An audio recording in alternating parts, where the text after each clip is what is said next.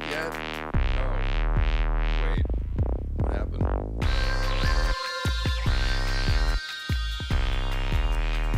Oh man. Yeah.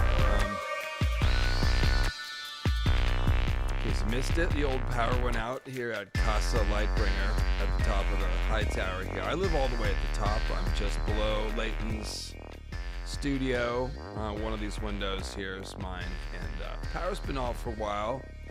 Takes the maintenance guys a while to get up to the upper floors to work on the power. As you can see, it's a very tall tower, and so we had to delay the stream a couple hours.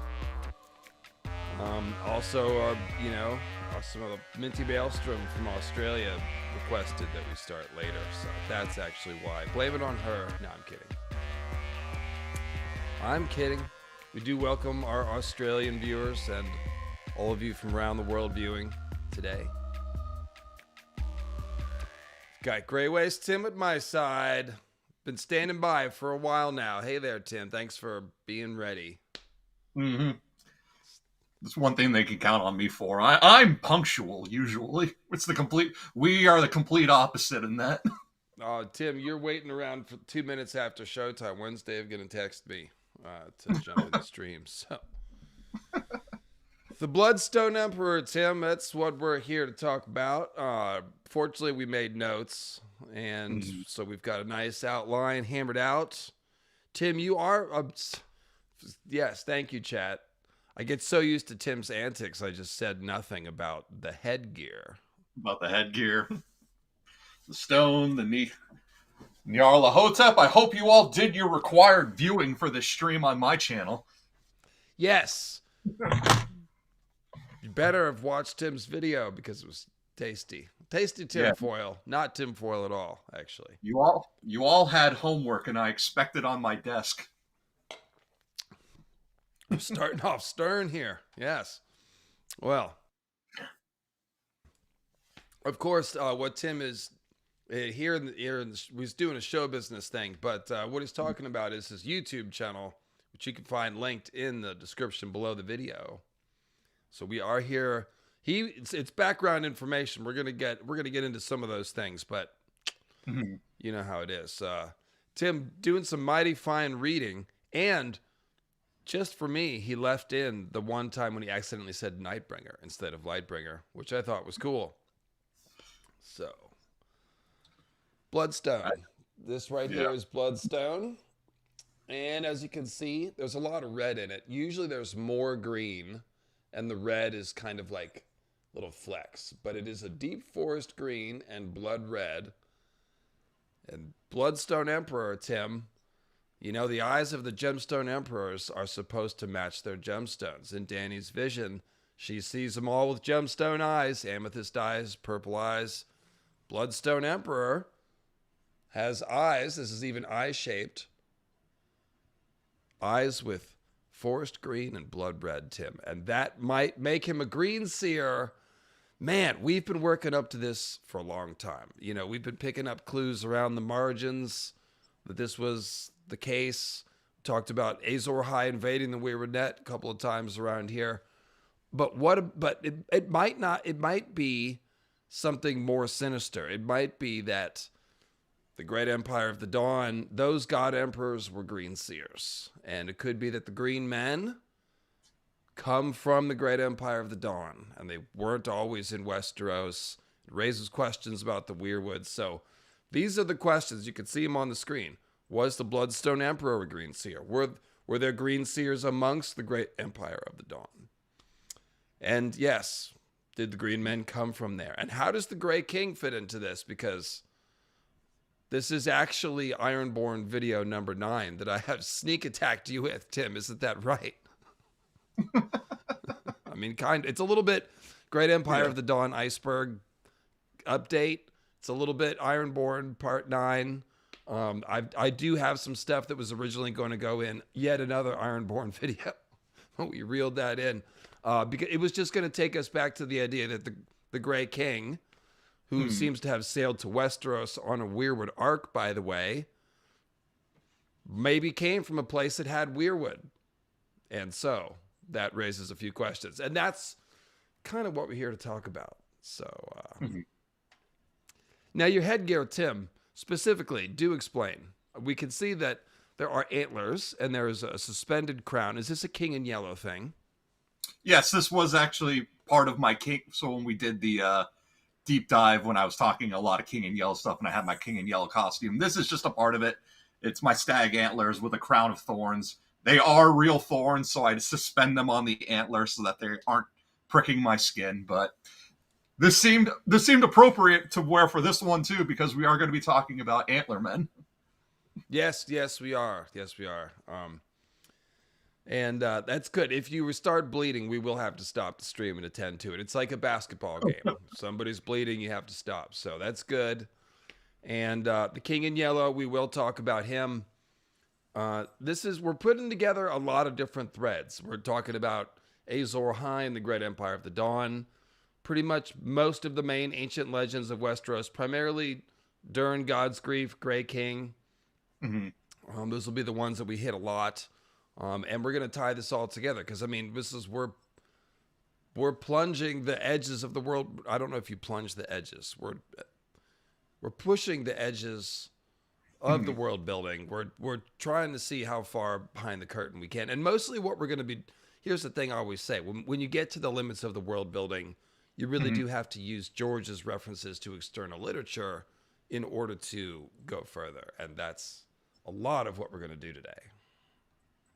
Yep, and that's why I did the video I did, because it was to go even further beyond, back to the originals. Where did these ideas come from? Well, for that, we have to go back to the origins, which are Lovecraft, which are Robert W. Chambers, which are Robert Bloch, and all these other writers. And then, of course, they have their own influences, and I go into real-world history about Akhenaten and the discovery of Tutankhamun's burial chamber, which had a profound effect on these writers. The 1922 discovery of King Tut's tomb, major find. So it was a gold mine for horror writers at the time, with all, especially too when the mummy, with the idea of the mummy's curse cropping up years later.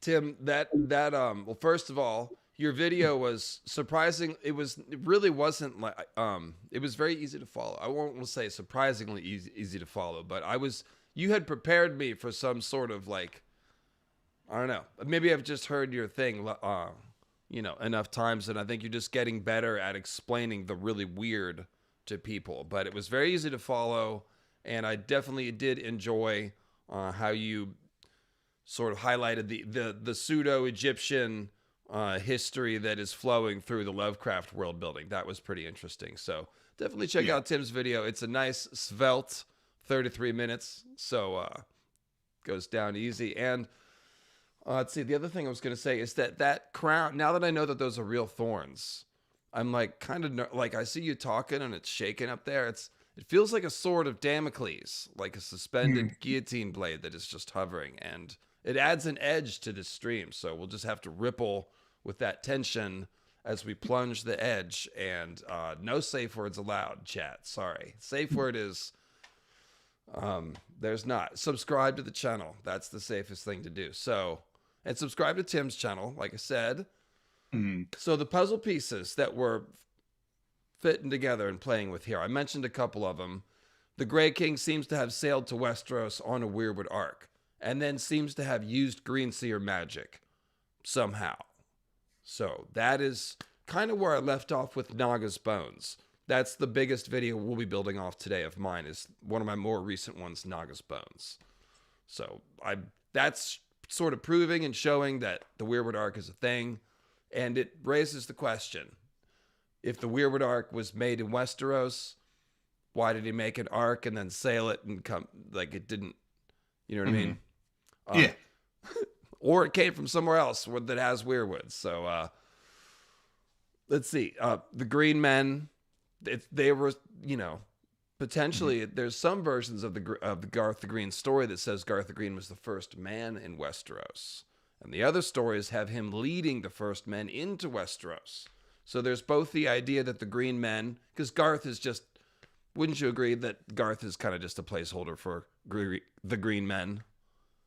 Yeah, definitely. He's like the progenitor. And if we have to simplify an idea down to one individual, then Garth becomes our monolith. And we said people aren't a monolith, but sometimes to get these ideas across, these ancient ideas with these unknown, unverifiable histories, just to simplify very complex ideas, Garth becomes a figure who's more like, if he isn't a real figure than himself, then he's a representation of all of these ideas. That's it. He's a type of person that lived, and that type of person is a Greenseer king with antlers and green skin of some kind, you know. And there's probably am I quiet? Oh, I am. Thank you, chat. That's the kind of attentive chat that I like. Tell me when my microphone is too low. That should be better. So the reason we can put this together is because Garth founded all these houses which kind of imitate him to various degrees. And then all the way over on the Stormlands, we have the Durrandons wearing antlers and seemingly using the idea or the power of that image to convey divine authority on themselves. And if you go back far enough, they probably were either actual human greenseers wearing headdresses and things, or something even weirder like green men or human green men hybrids. Maybe we all evolved from green men. Like, it's all on the table here as far as the evolution, the arrows and the charts. We don't know.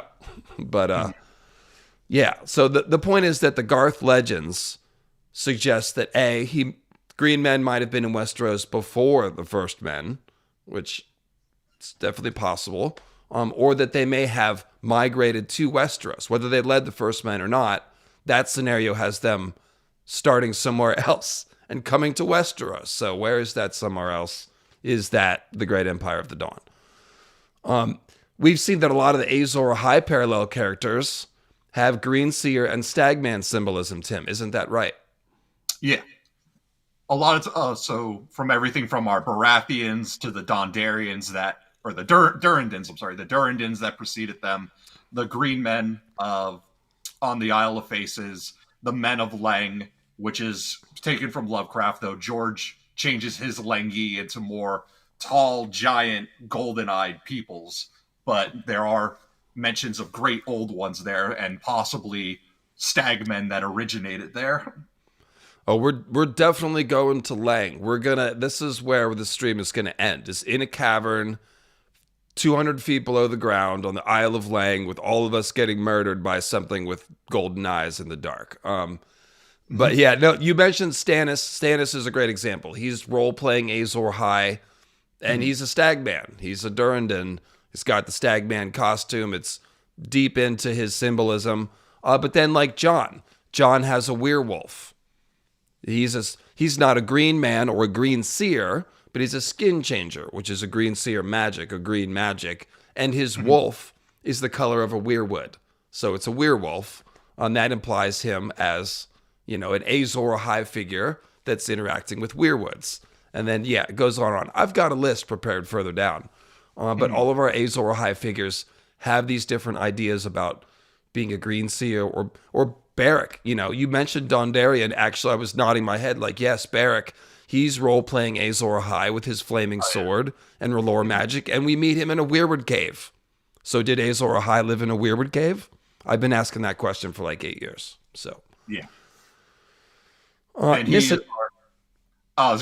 also our first example of fire white resurrection, that we've seen raising dead, but it doesn't mean that they always have to come back corpse like the whites, like we see with the whites. Although Beric is gradually losing pieces of himself, you can still look at him and see humanity yet in him.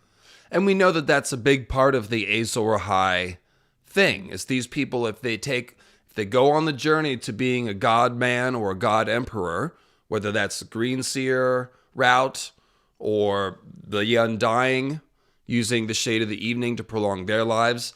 We know George is inspired by Norse mythology and Odin, and that's all about paying a huge and heavy physical price to gain the power of magic. So, yeah, all these people are physically deteriorating it's a thematic thing. And that's why George said resurrection can't be cheap. If you're coming back like you lost something, it's hard. You kind of hate it. And 6 times Thoros, like this is how George likes to write this stuff. It's not free. Obviously, we all know this. So yeah, we'll see that theme. And even the people that are choosing it, like Euron is openly pursuing magic. He's willing to sacrifice his humanity. He's willing to, take the women that he should be marrying and loving, having children with, and he'll sacrifice a woman and the child. He's given up normal human ambitions. And somewhere under there, maybe there is a tentacle face. Maybe at some point it'll be a glamour hiding his true nature. We don't know. It's probably going to be his mind that gets tentacled, but we'll get to that too.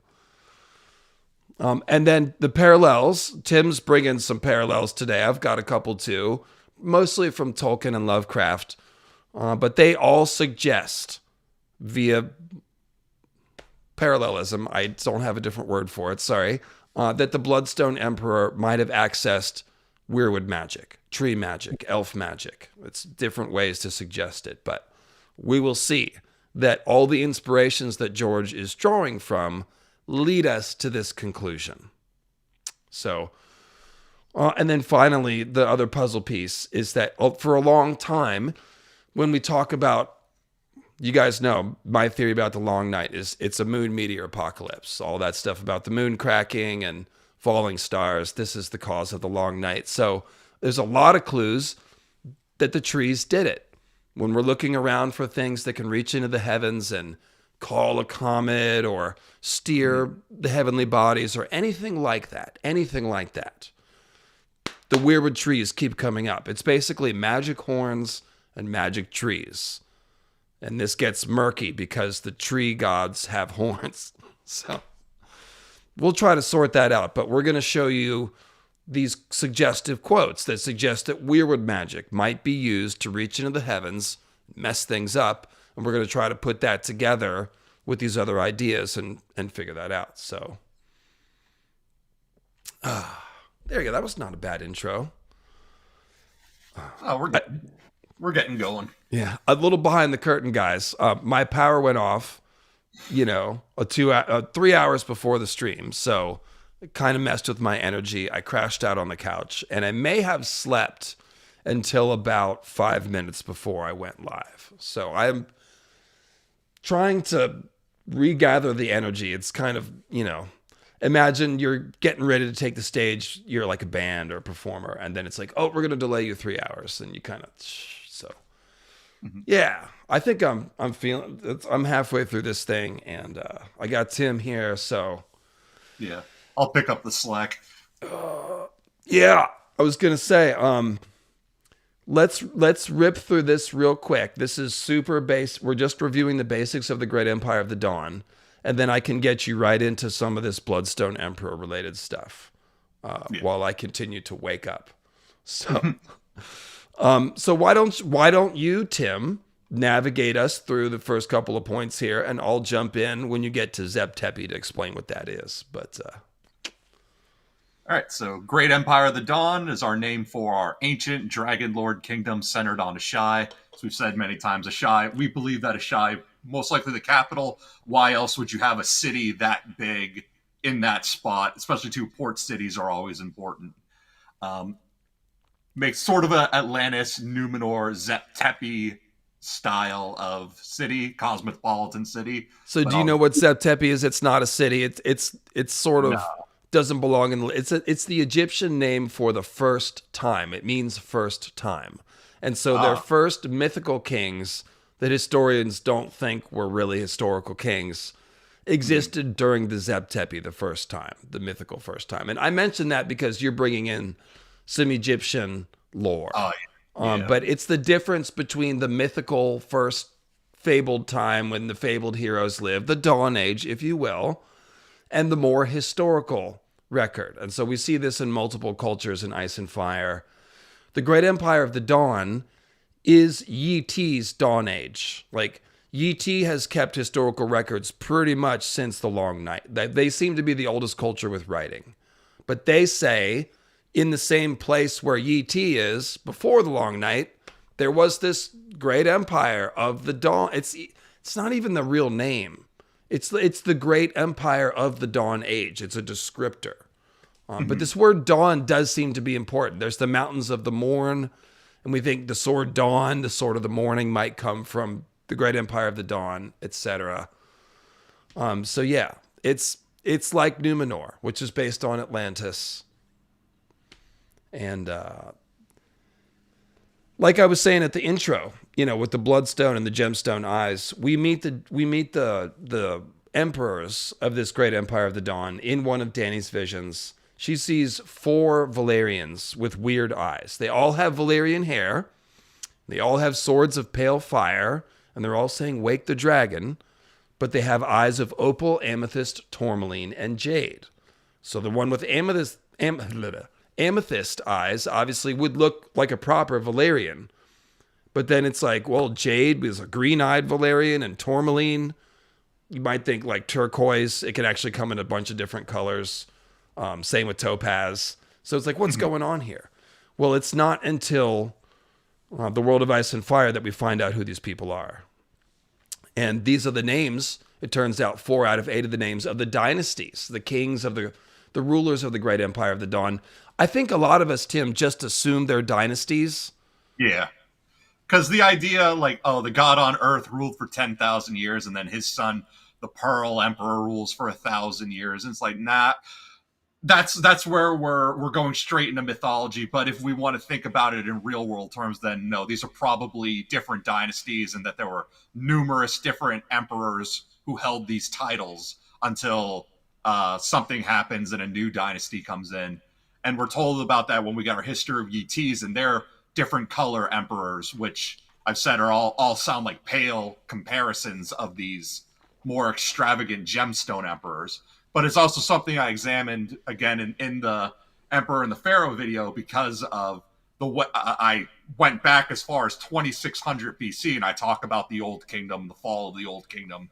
That had 6 dynasties of its own. Then the Middle Kingdom comes. There's numerous different dynasties. This happens all the time with empires and nations. They're never one continuous flow of from ruler to son and so on. There's always hiccups in between, and sometimes dynasties will end peacefully, transition. Other times there's war and strife. Other times you have huge gaps where there's no consolidated power, no centralized government, where we go back into our eras of warlords and petty kings until someone reunites it. Like, so it's never one continuous thing. And I appreciate that George is playing with that. That's why he makes myth and legend, because the point is that real world history is already so unreliable. So why wouldn't history in his own world work the same way, where you just have gaps in knowledge and we have to fill them in as best we can? Yeah, so in the chat, people are mentioning the fall of Troy and the founding of Rome being connected in legend. That is exactly the kind of stuff that Tolkien is riffing off of with the Númenóreans, founding Gondor and transplanting the white tree of Nimloth. And this is probably one of the biggest clues, I should say, right at the beginning. I didn't make a whole section for this, but there's essentially 3 different stories that the Amethyst Empress and the Bloodstone Emperor comes from. And one of them is, the Númenórean, the downfall of Númenor with Ar-Pharazôn and Tar Miriel. And we don't really need to go into a lot of detail of it. I have done that in my Great Empire of the Dawn produced video. The point is that when Númenor has a sacred white tree, and it's obviously one of the big influences for the Weirwoods. The white tree is called Nimloth in Númenor? It is, right?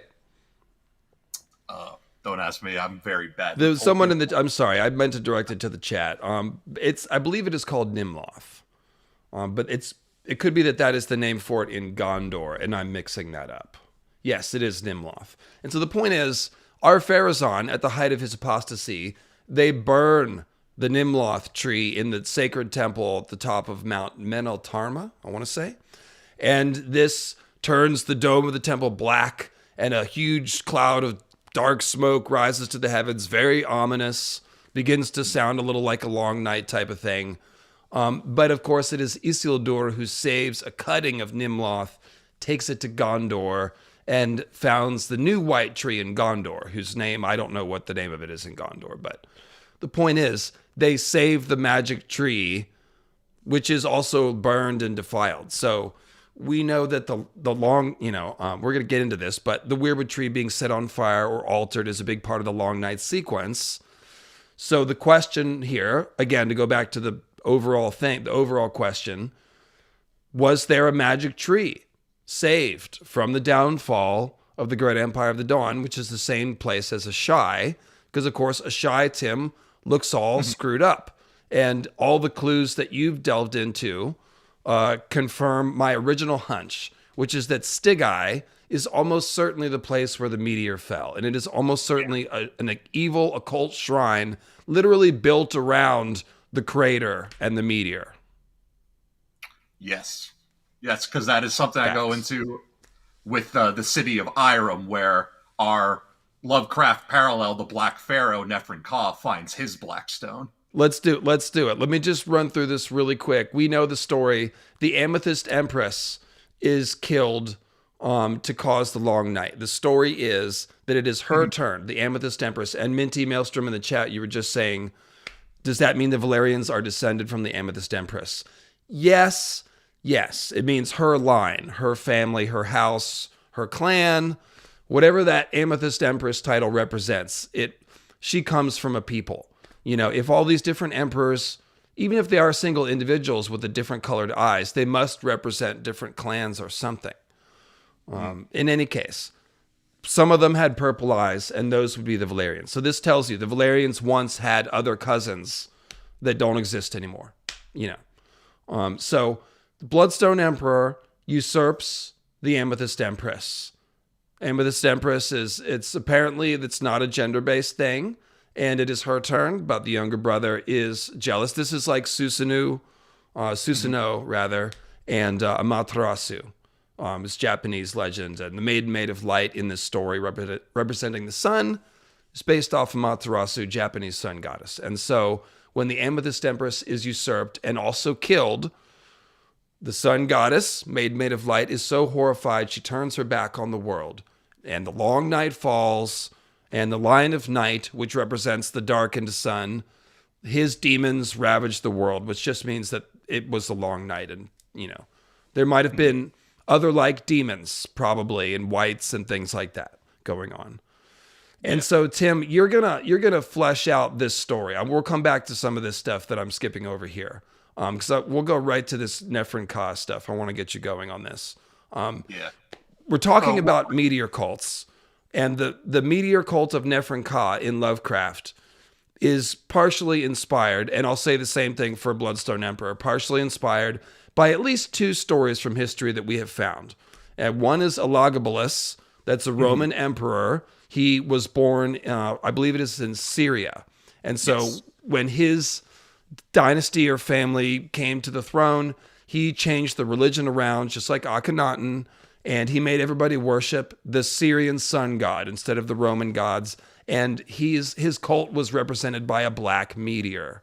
So this is casting down the true gods, worshiping a black stone. That's Elagabalus. And the god is Elagabal. So he took his name after the god, just as Bloodstone Emperor seemingly named after his bleeding star stone. And then, go ahead with Akhenaten and then Nephren Ka, Tim. Yeah. So Akhenaten is a pharaoh during the 18th dynasty of, I believe it's the Middle Kingdom. His original name was Amenhotep IV. So this is where we get that Hotep suffix in Nyarlathotep. But he is the father of King Tutankhamun. And he tried to redirect Egyptian polytheism to more of a monotheistic worship of Aten, which is a representation of the solar disk. So he replaces the Egyptian pantheon with the sun disks, and that leads to, of course, all kinds of religious schisms, because when you try and uproot traditional faith like that and redirect it, of course, that's always going to cause problems. Akhenaten, in fact, when he dies, the succeeding pharaohs will do all they can to try and scrub his name from history. His monuments are destroyed. His name is buried. Later successors, when the 19th dynasty comes in, Ramses the Great, for example, would refer to him as that criminal or the enemy. And then even his son, you mentioned to me, Tim, that even his son changed his name. His son originally should have been Tutankhaten. Yeah. So King Tut, King Tutankhamun, the boy pharaoh, who's famous for his Tutankhamun's mostly famous for because just of how well preserved his tomb was when it was discovered in the 20s. He himself was a boy, literally was a boy pharaoh, came to rule at age 9, died at age 18. So more than likely for the little time that he ruled, it was mostly his advisors making his decisions for him. But the big thing was undoing these religious changes of his father, restoring traditional Egyptian polytheism. But yeah, his name was originally Tutankhaten, but in an effort to distance himself from his father, he goes back to renames himself Tutankhamun. So that tells you how serious it is that they changed the name. And also, I'm forced to reflect, and I'm going to grab the super chats real quick that I missed. I've studied a lot about ancient Hebrew religion and other Canaanite religions of the Middle East. Basically, all the ancient cultures of the Middle East I have studied to some degree. But I've paid particular attention to this shift between from henotheism to monotheism amongst the ancient Canaanites and Hebrews. And this is how Yahweh became one storm god among a pantheon to absorbing the attributes of El, the high god. And eventually the priestly class said, well, basically henotheism is like everybody has their god, every different people has their god, but everyone believes their god is the most important. Then they moved over to saying, actually, those other gods don't exist at all. And there is only our God. And that would be true monotheism. And it's so that stuck. They succeeded in doing that. Akhenaten did not. His attempted shift to monotheism did not work because it was kind of just one dude, as opposed to an entire priestly class over time sort of just evolving their beliefs. I don't know. We don't have video footage of it. So we're putting this together with scholarship and stuff. But yeah, because it always takes more than one individual, right? Now we can, when certain religions do start to take hold, Christianity, Islam, for example, figures like Constantine the Great or the Prophet Muhammad. But it's like, but in reality, the more you look into the history, it's like, no, it took more than just these individual guys to start this process of happening, to adopt these more, to go back on the traditional polytheism and start moving towards monotheism. There's a lot of different cooks in this kitchen to make that happen. They just but they're the ones whose names come out on top in these sort of situations.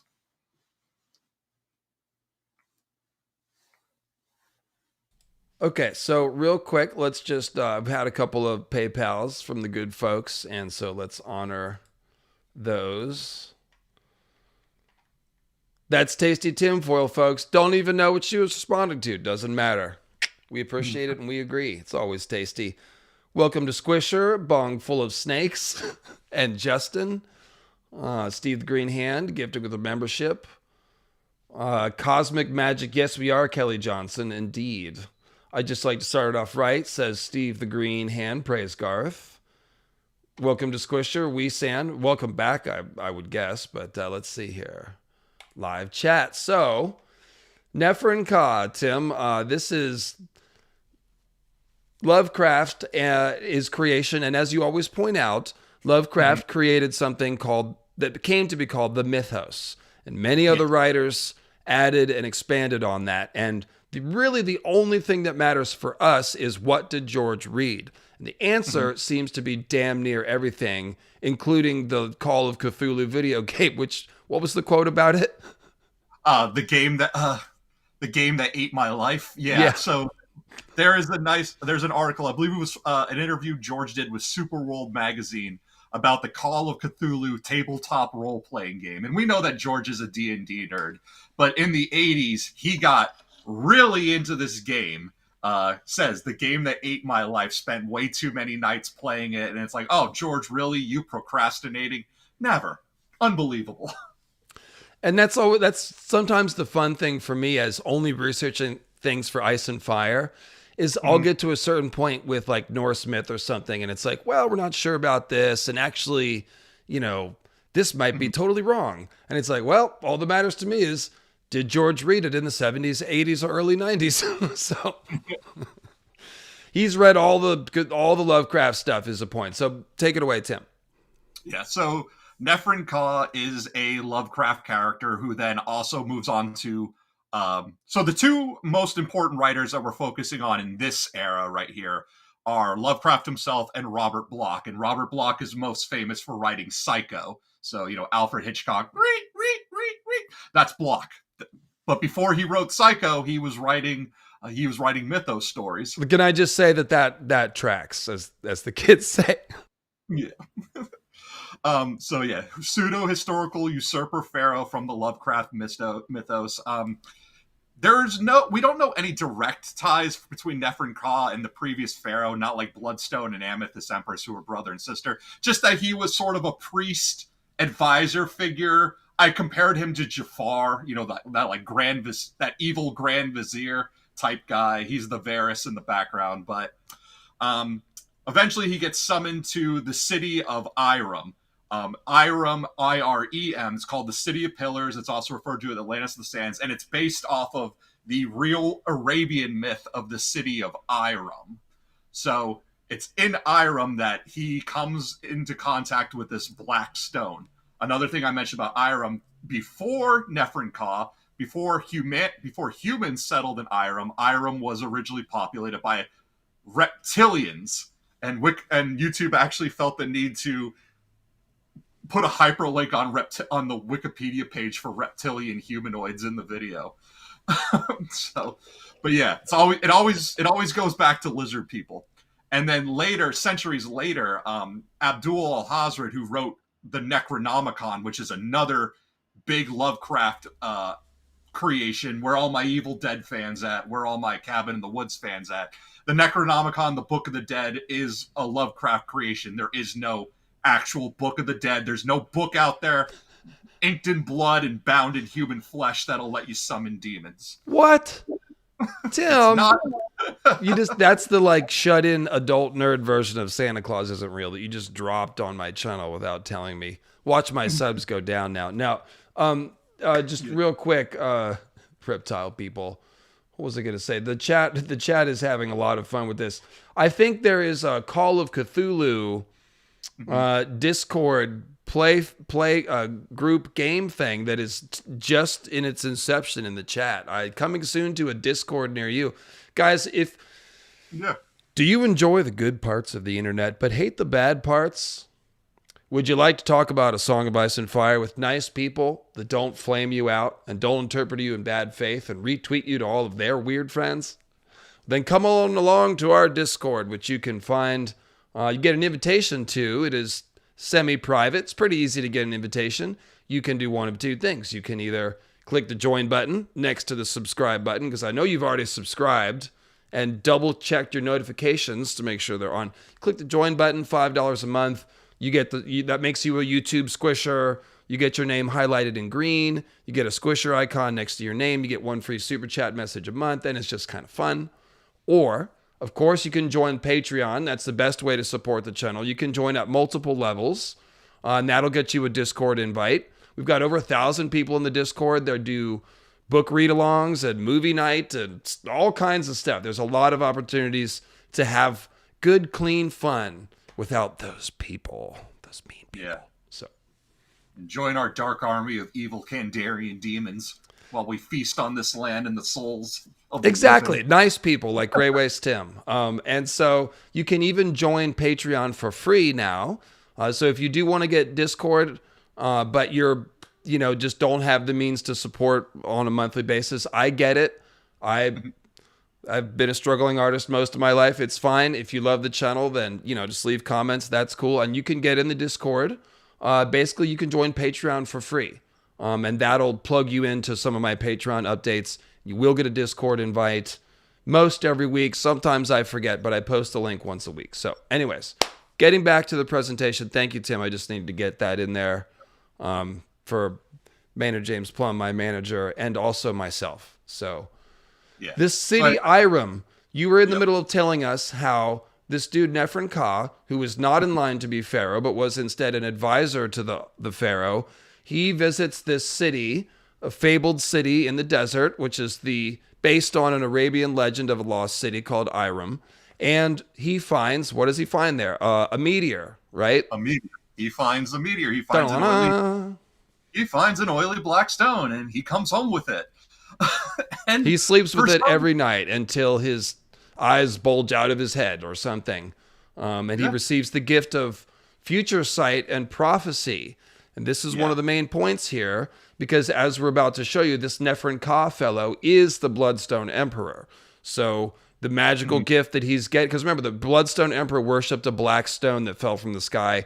This is the Shining Trapezohedron. The Shining Trapezohedron is if you read Lovecraft, you know what that is. It's the quintessential dark, evil meteor that causes weird stuff to happen and channels evil alien gods that we don't understand so they can take over your mind, giving you magic but taking quite a lot in return, making you the mouthpiece for Nyarlathotep or Azathoth or one of those guys. So this is that. That's what we're talking about. That's what the Bloodstone Emperor had. He had one of these. He had his Shining Trapezohedron. So tell us about what happens to this. Well, we said he becomes a usurper. So what? Does he take the meteor power and, let me guess, becomes pharaoh? Yes, exactly. So he receives, he comes home with this black meteor, and turns out this meteor is actually a conduit that can summon outer realms, summon gods from the outer realm. And I knew it. And he just happens to call upon Nyarlathotep. Don't know if he did it on purpose or if Nyarlathotep's just the one who answered the call, but we get Nyarlathotep, the chaos god, one of the most powerful elder gods in Lovecraft's mythos. So you've got your Nyarlathotep, but I'm sorry, I can't say it. It's that.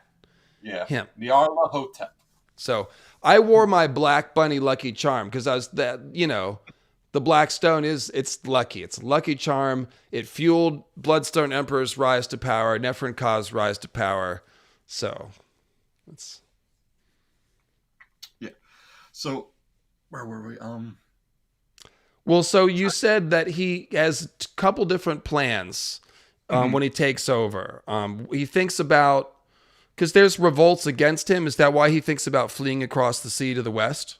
Yeah, So here's the thing with Nyarlathotep, right? He's a chaos god, and he just loves messing with people. So he knew that nothing good was ever going to come from this. Like, I'll give this guy this power and demand sacrifice, knowing full well that that's going to lead to ruin. But this is the folly of man. Everyone, you get your evil MacGuffin that comes in the story, but everyone gets a hold of it and thinks, oh yeah, every time it's been used, some disaster happened, but that's not going to happen to me. This is going to be the one time it works.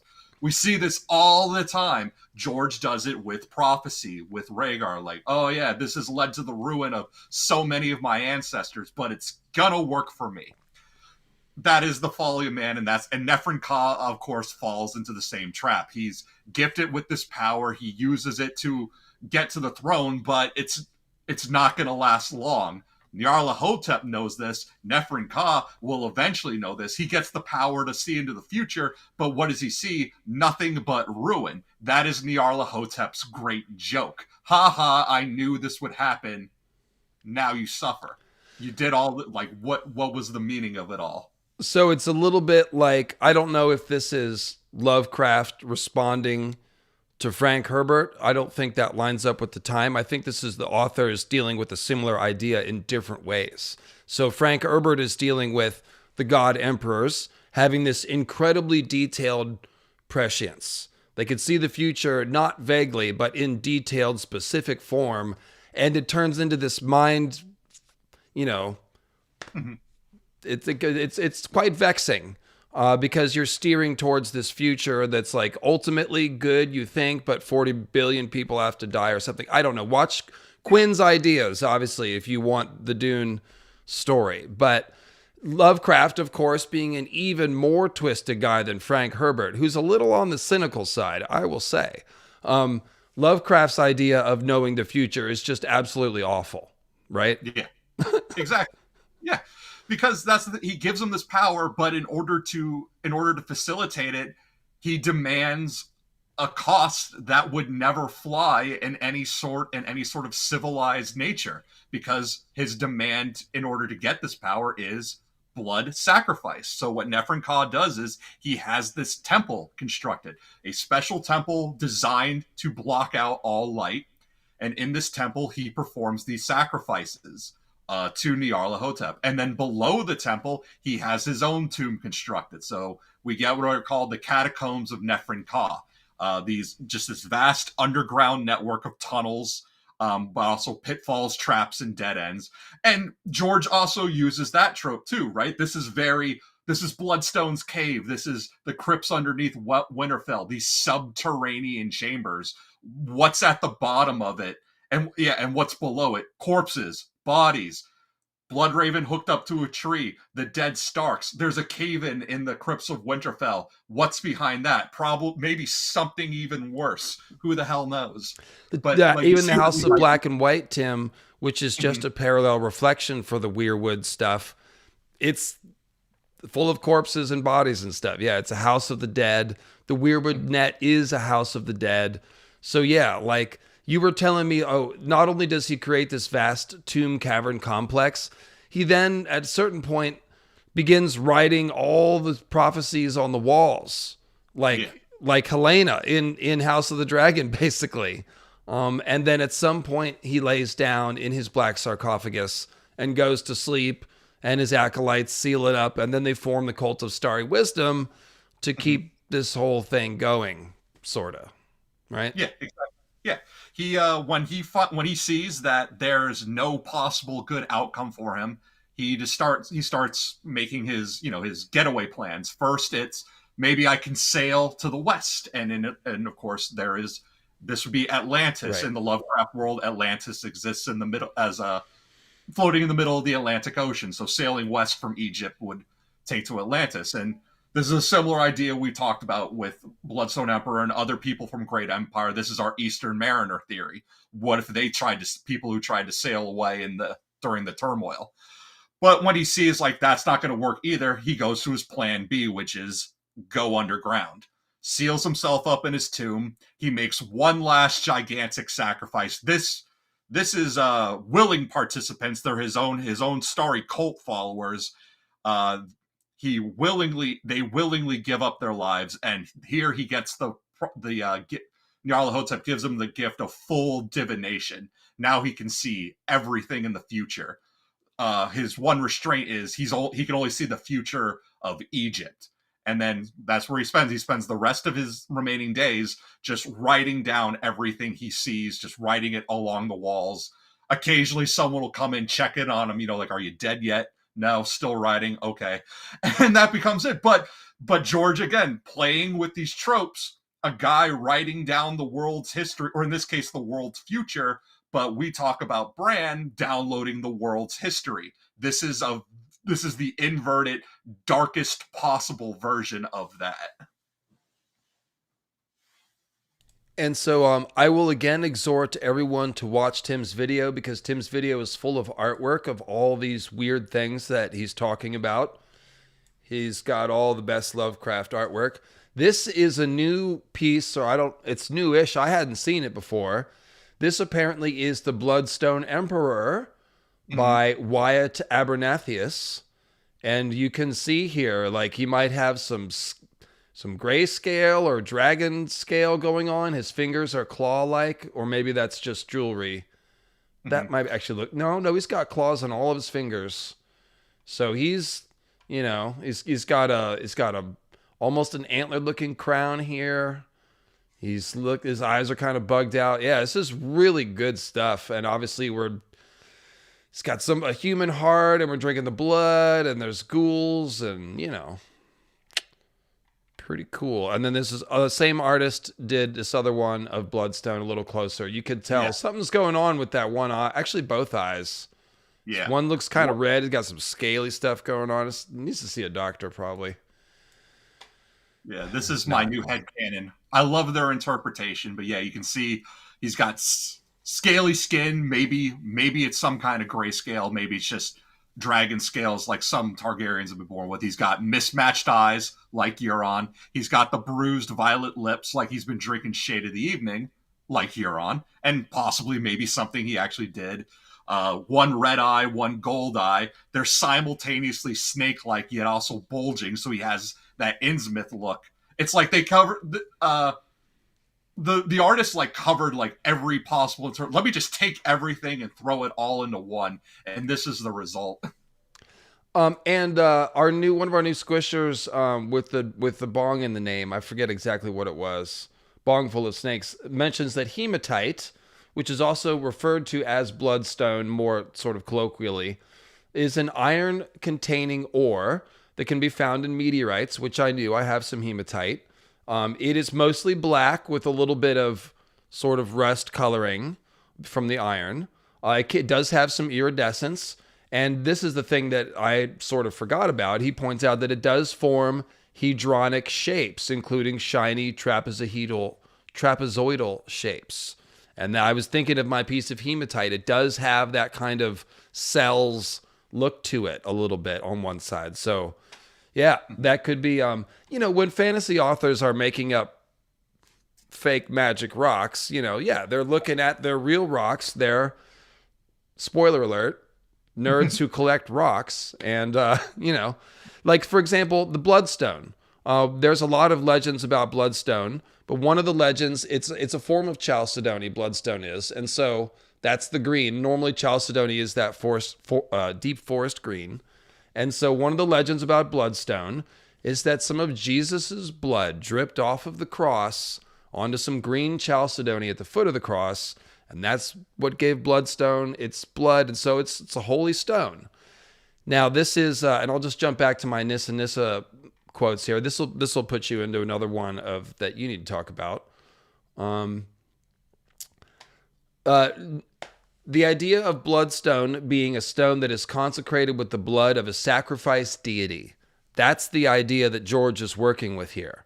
Okay? Mm-hmm. Because we know the Bloodstone Emperor cast down the true gods, and he also caused one of these two moons to get hit by a comet and fall to Earth.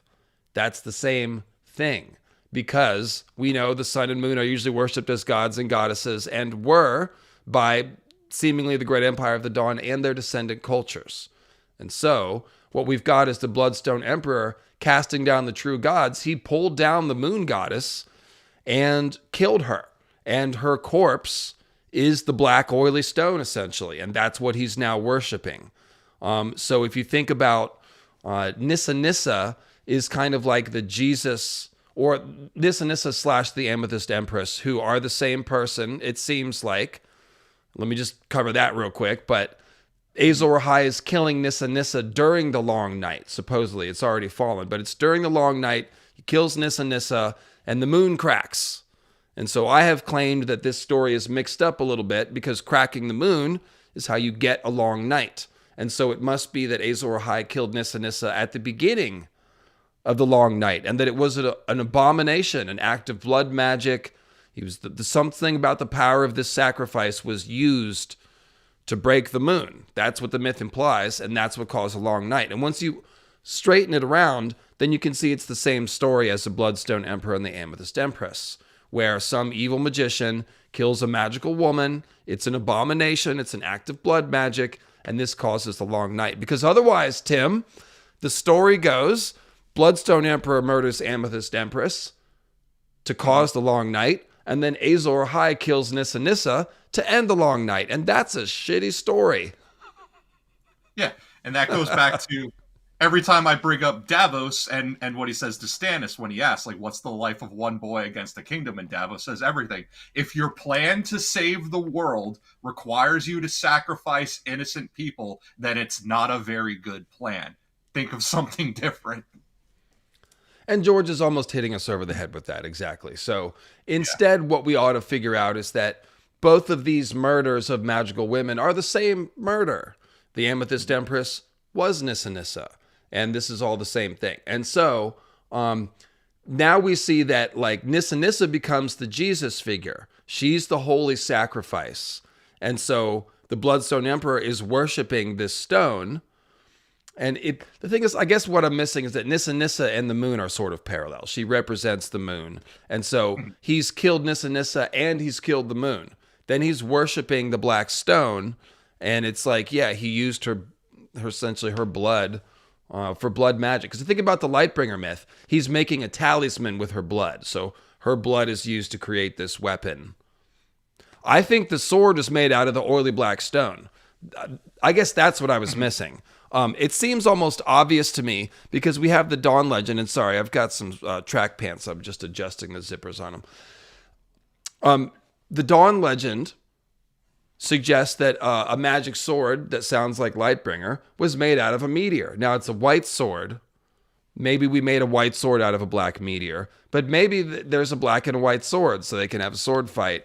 And maybe there's parallel legends, And so, yeah, the Bloodstone Emperor, because that's the thing. If he's Azor Ahai, Tim, then he should have a flaming sword. If Bloodstone Emperor is Azor Ahai, he has a black meteor and a magic sword that he made when he killed Nissa Nissa. So you can start to see like, oh, he made a sword from his meteor and then consecrated it with blood. And that's the thing. And this is what the Valerians are copying. You think that's probably right?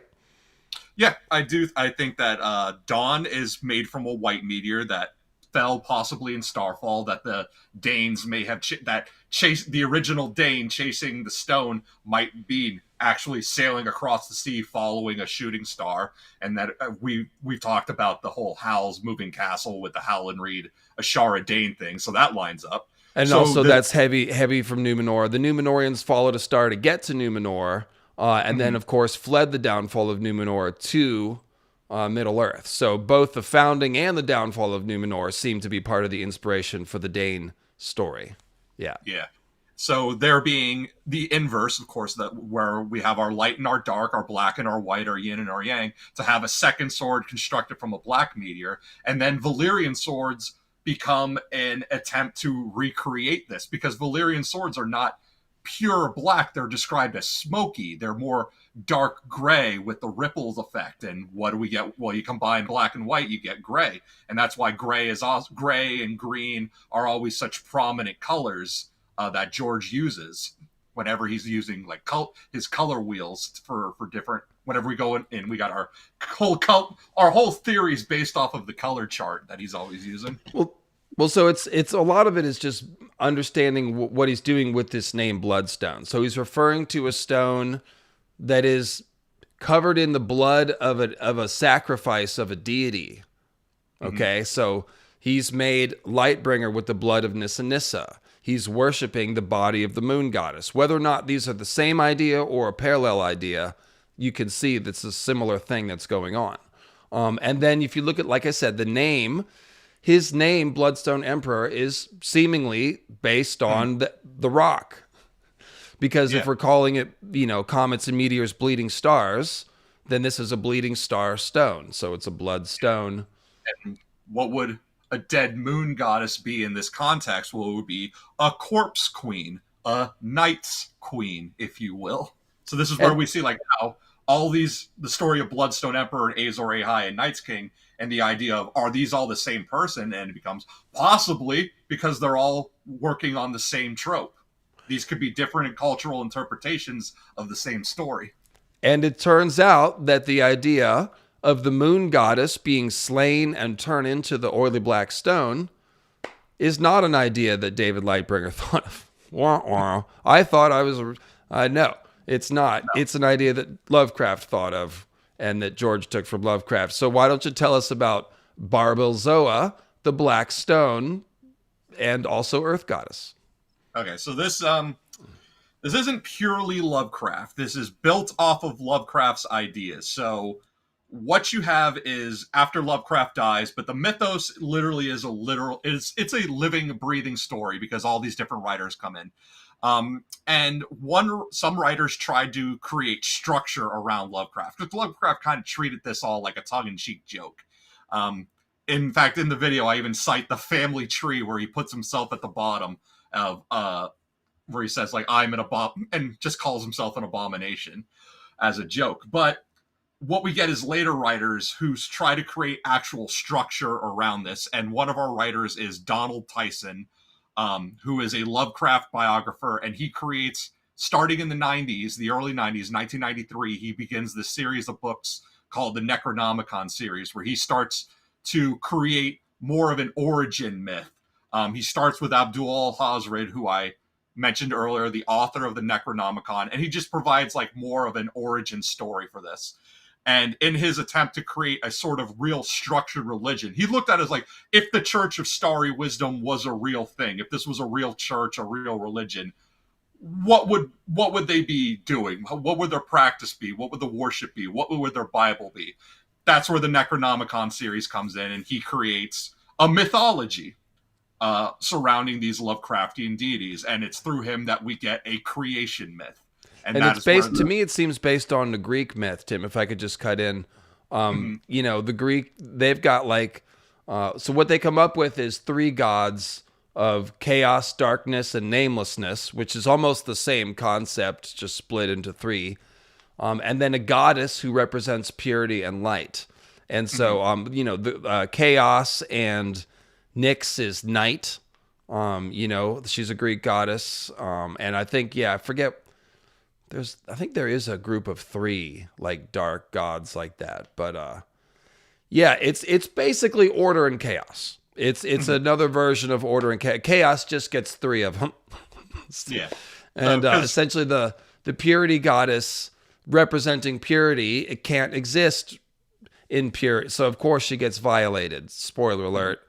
She's a concept, so you know, but it's Nyarlathotep, who represents, which one is he? Chaos? He's chaos. So okay. And so he, words, Barbalzoa, the good goddess of purity and light, and essentially violates her, right? Mm-hmm. Yes. So the supreme being, I guess we would call him in Lovecraft, is Azathoth. Azathoth is our Alpha and Omega, our godlike figure. You know, he's just you just have to accept that he's always been and always has been. You to ask where did Azathoth come from is the same asking where God came from, and then you ended up in that infinite regression loop of who created the creator and who created the creator. Tim, creator. You describing the Lovecraft world building as an infinite regression loop. Sorry, go ahead. But yeah, so anyway, Azathoth is our first being. He's the Eru Iluvatar of our story. He creates 3 gods. Exactly. In Tyson's story, he changes it to 4. He adds this goddess to it. And our first gods are Nyarlathotep, who is chaos, the darkness, the nameless mist, and then Barbelzoa, who represents light and purity. Nyarlathotep is the first creation, order, because chaos cannot exist without order, and order cannot exist without chaos. We need our yin and our yang to get things rolling. But I just realized what was screwing me up about Barbelzoa. I'm hearing Barbarella. That's what's screwing me up. Sorry, go ahead. But anyway, yeah. So Azathoth's problem with Nyarlathotep is he did too good of a job when it comes to creating this chaos god, because holy hell. But yeah, so Nyarlathotep comes to desire Barbelzoa because she represents everything that he lacks. And the story is he lulls the other gods into sleep, and while they're out, he takes advantage of her.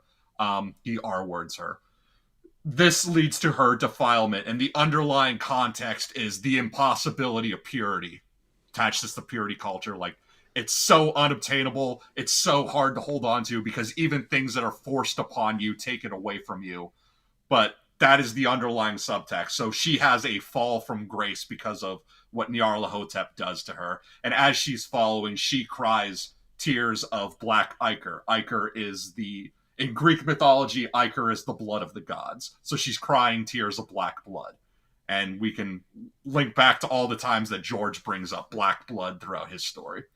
Anyway, the ichor hardens around her, becomes a stone-like substance, and since it's black, this would mean she's becoming a black stone, and this forms the core of the earth, and then the planet and all life spring up around her. And this is Donald Tyson's origin story, when he creates a mythology for an actual, if Lovecraftian deities were to have actual religion, this is the origin story for the universe and for the earth and humanity and all that. So much like so much of Lovecraft, it's a darker version of things that sound familiar. The Earth Goddess.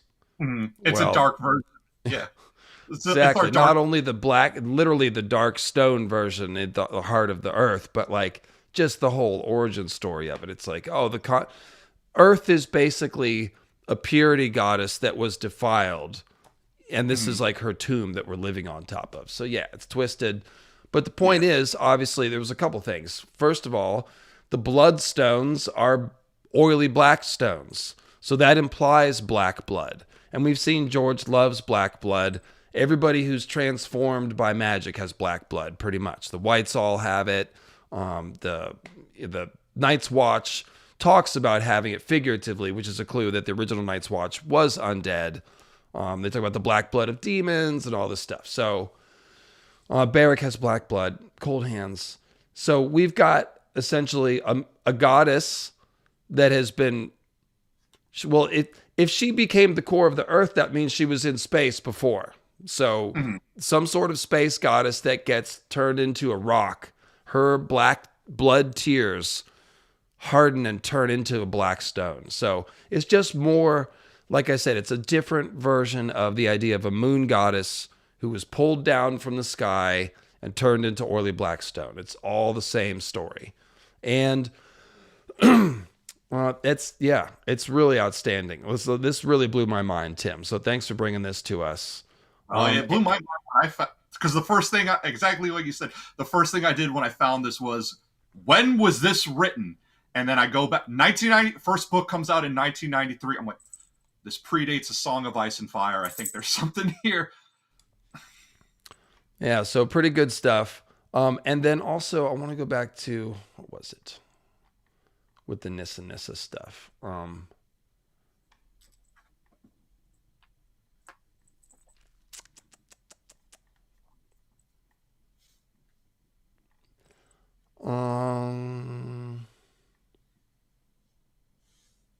Oh, no, it was the Nefren Ka thing that we left before we were quite done.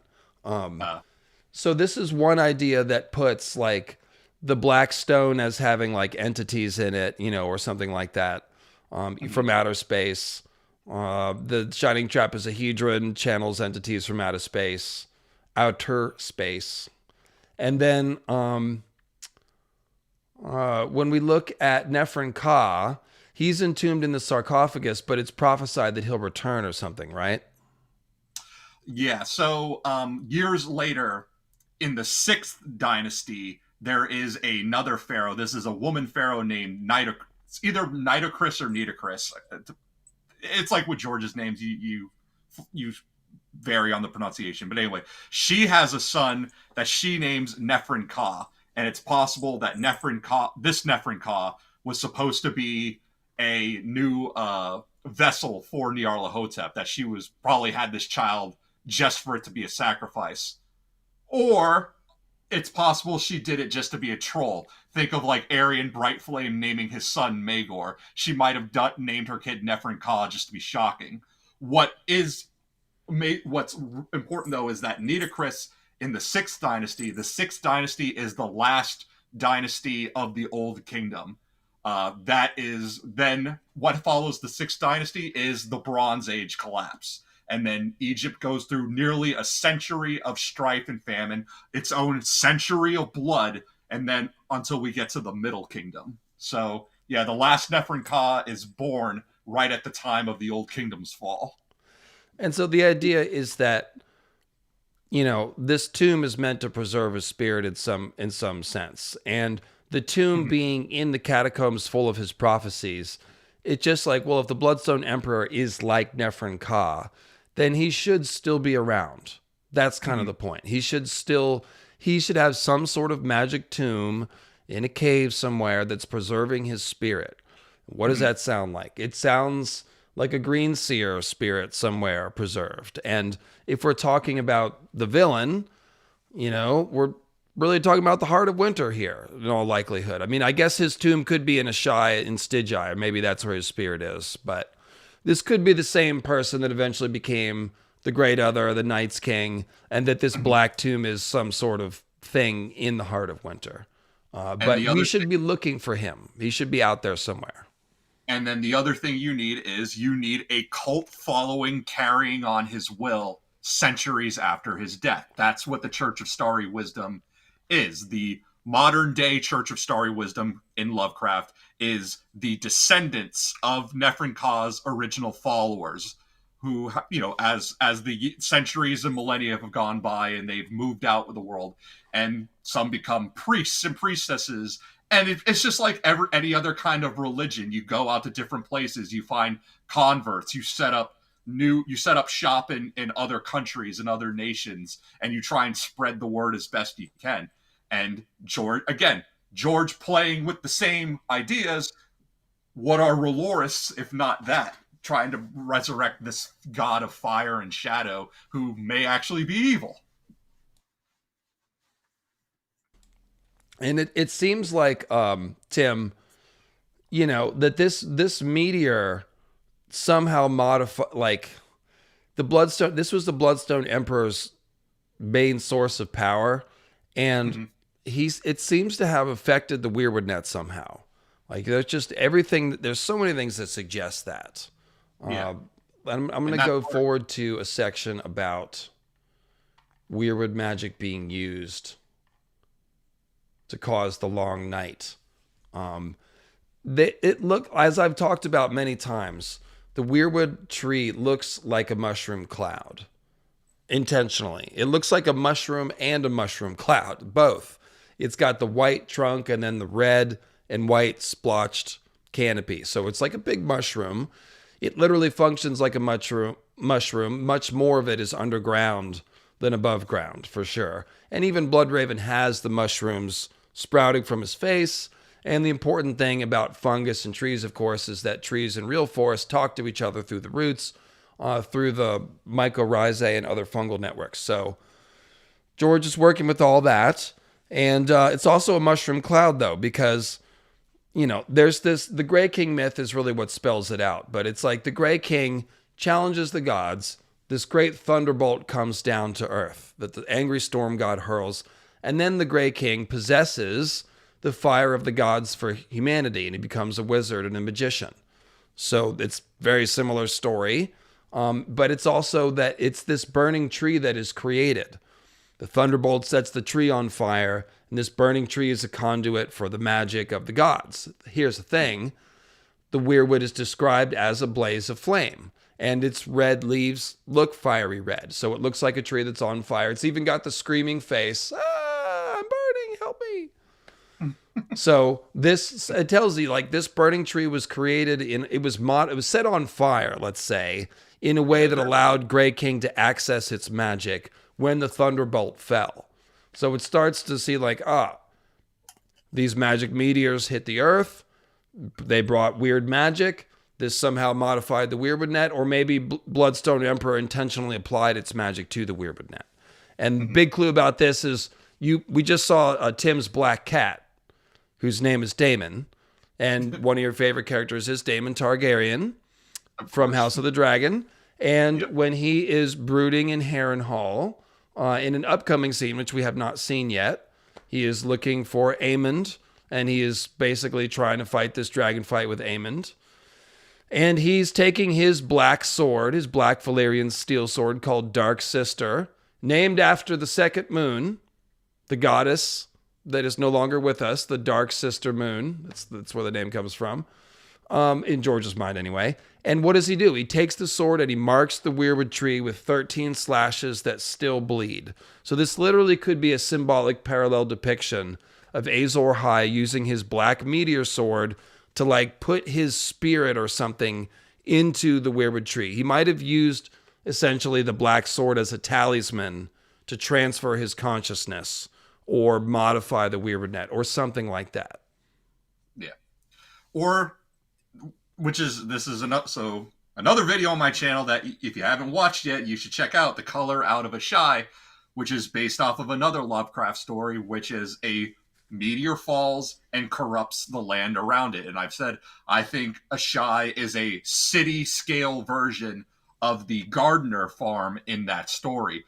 The water turns brackish and poisonous. The vegetation is bitter and starts to die. The animals start wasting away. They get this wasting disease, and then they just start disintegrating. And then you line that up with the lines from The World of Ice and Fire about Asshai. There are no animals in Asshai. The water grows green with phosphorescent light. No, you shouldn't drink the water. Only fools and shadowbinders eat the fish. It's like all of that. And then, of course, there's also the biblical story of wormwood. Wormwood is a meteor that turns a third of the world's water into poison. And now another thing about wormwood, real world wormwood. Wormwood is an invasive species of plant that overwhelms and exhausts the plants growing around it, like ghost grass. Wormwood, there is a silver variation of wormwood, so it looks green and white.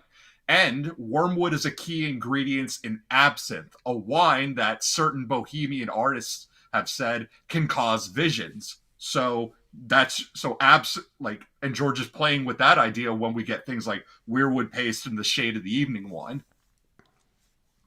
And so if we look at where the meteor most likely fell, the biggest one, again, it's Stygia. And look at Asshai. The whole peninsula is magically blighted.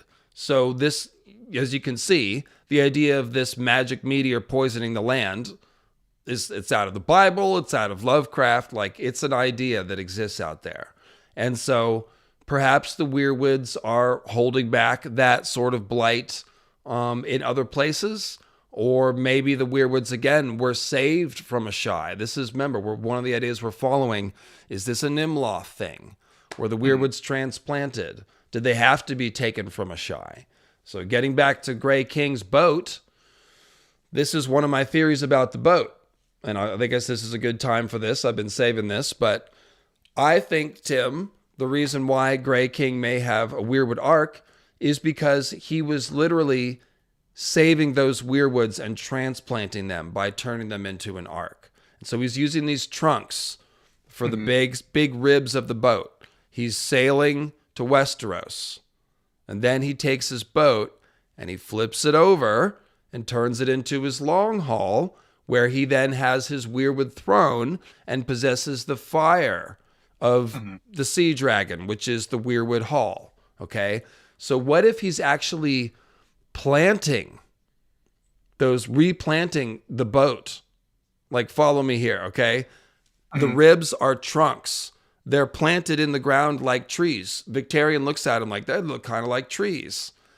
Like, what if there's a way to magically reactivate the weirwood? What if he watered it with blood, just like Euron Redhand watered Naga's ribs with blood when he killed the 13 kings at this Kingsmoot? What if Grey King did a blood ritual? He watered these weirwoods with blood, which would be the only way to replant a weirwood. Remember, they tried in the Eyrie and they couldn't do it because they probably didn't try blood magic. So that you water all these weirwoods with blood, and now they can reconnect. And so I think that's the whole point of the ark, is it's a way of transplanting weirwoods. And that's why he's sitting in a weirwood hall using weirwood magic, because he's reconnected them to the ground in Westeros. What do you think of that? Yeah, and this is why Garth is such a Johnny Appleseed type figure too, right? In Westeros, he's spreading his seed, not his seed, and also plant seeds.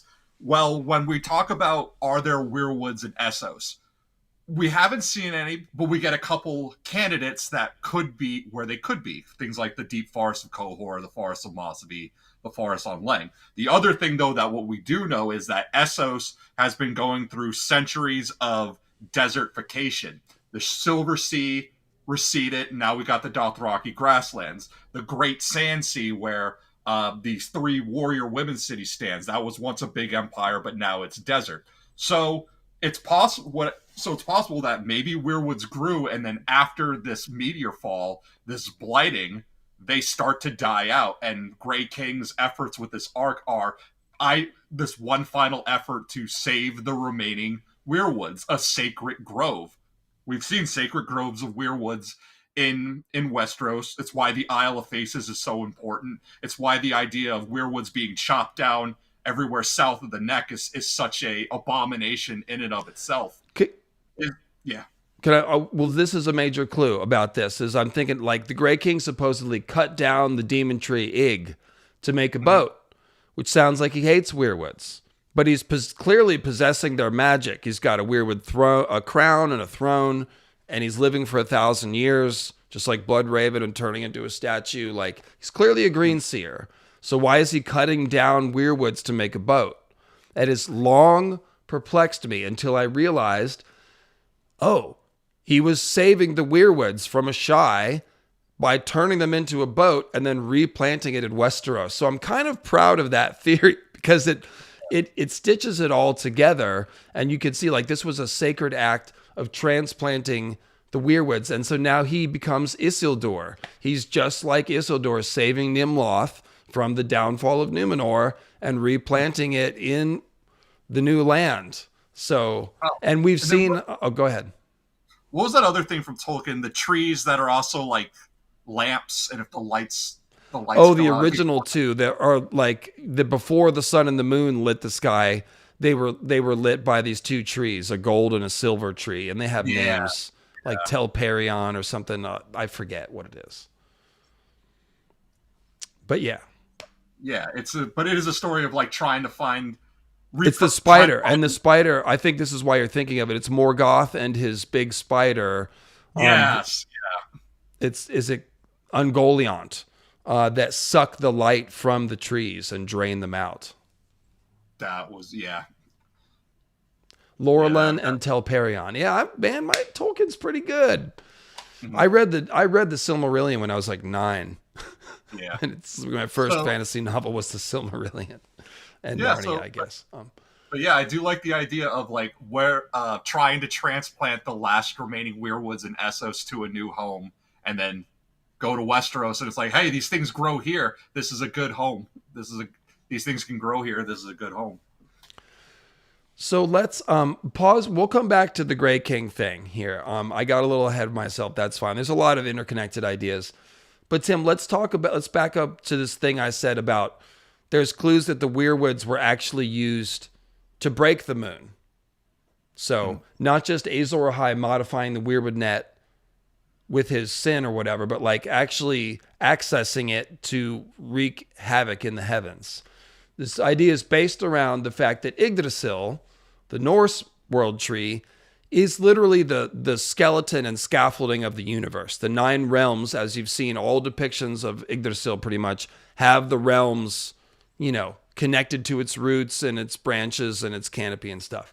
So the idea is that Odin, the magician, becomes one with Yggdrasil, which is Odin's tree, and this gives him run of the cosmos. And a similar idea is Sleipnir, a horse with 8 legs that represents similar shamanic concepts as Yggdrasil, and it gives him access to the 9 realms. So if the weirwood trees can reach into the heavens and mess with space, that's George riffing on Yggdrasil.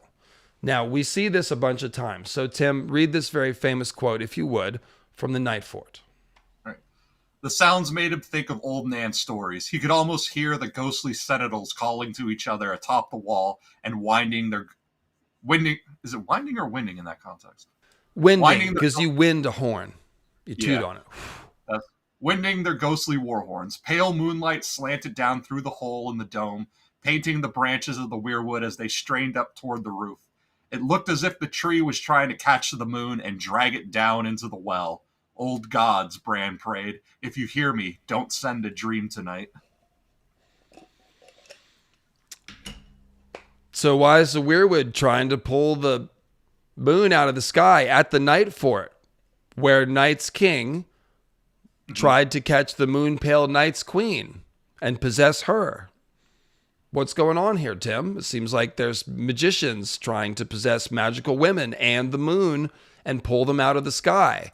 Doesn't that sound like the Bloodstone Emperor killing Amethyst Empress Nissa and also pulling the moon down out of the sky at the time of the long night? Is this all connected or something?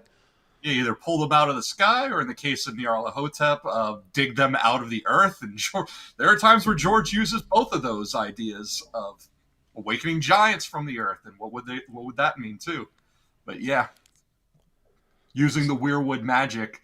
And that becomes like the thing is like, are the weirwoods corrupt? And it's like, well, no, the weirwoods are a tool, right? Anything could be used for good just as anything could be used for bad. It all depends on the person using it and what their wants and desires are.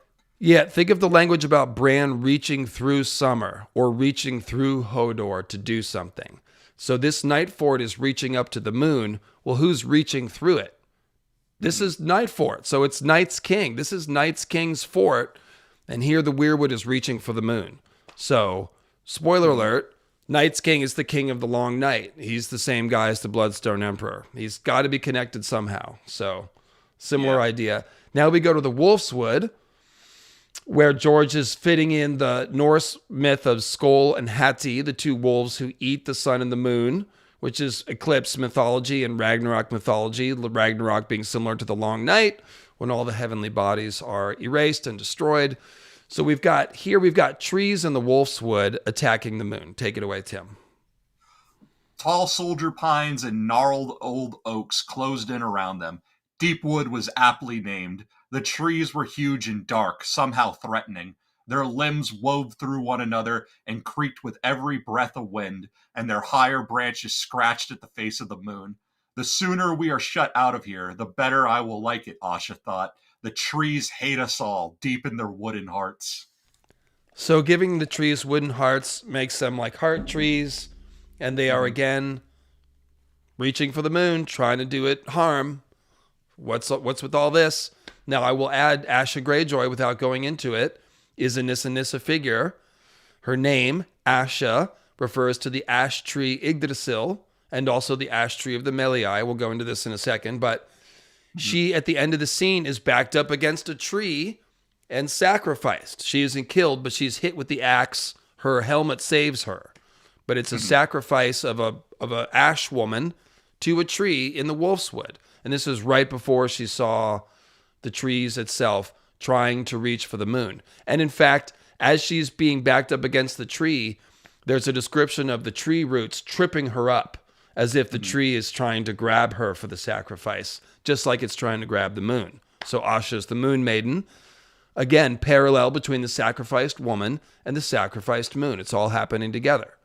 So now we go to Raventree Hall. Oh, I also just want to comment too, the trees hate us all deep in their wooden hearts. And it's like, yeah, because the weirwoods are not being honored in the way they're supposed to when the children of the forest roam the lands, right?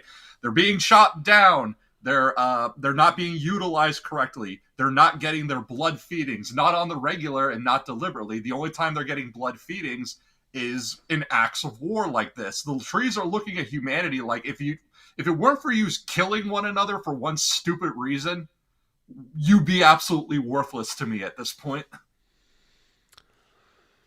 Yeah, you're right. The depiction of the angry tree is because essentially its magic is being twisted. And the Night Fort tree is described as twisted, in fact. So in Raventree Hall, it says, some of the trees in the Godswood were said to be as old as Raventree's square towers, especially the Heart Tree, a weirwood of colossal size whose upper branches could be seen leagues away like bony fingers scratching at the sky. So similar idea, scratching at the moon, scratching at the sky, reaching into the heavens, gonna pull this stuff down. And then we have the Cold Hands rescue. Cold Hands being something of a model of a dead green man, if not literally a dead green man. Because remember, stags in the winter lose their horns. So Cold Hands could be a stag man without his horns. More likely, he's just a human skin changer that's undead, but we don't, whatever. He's riding an elk like a green man. And go ahead and read this quote.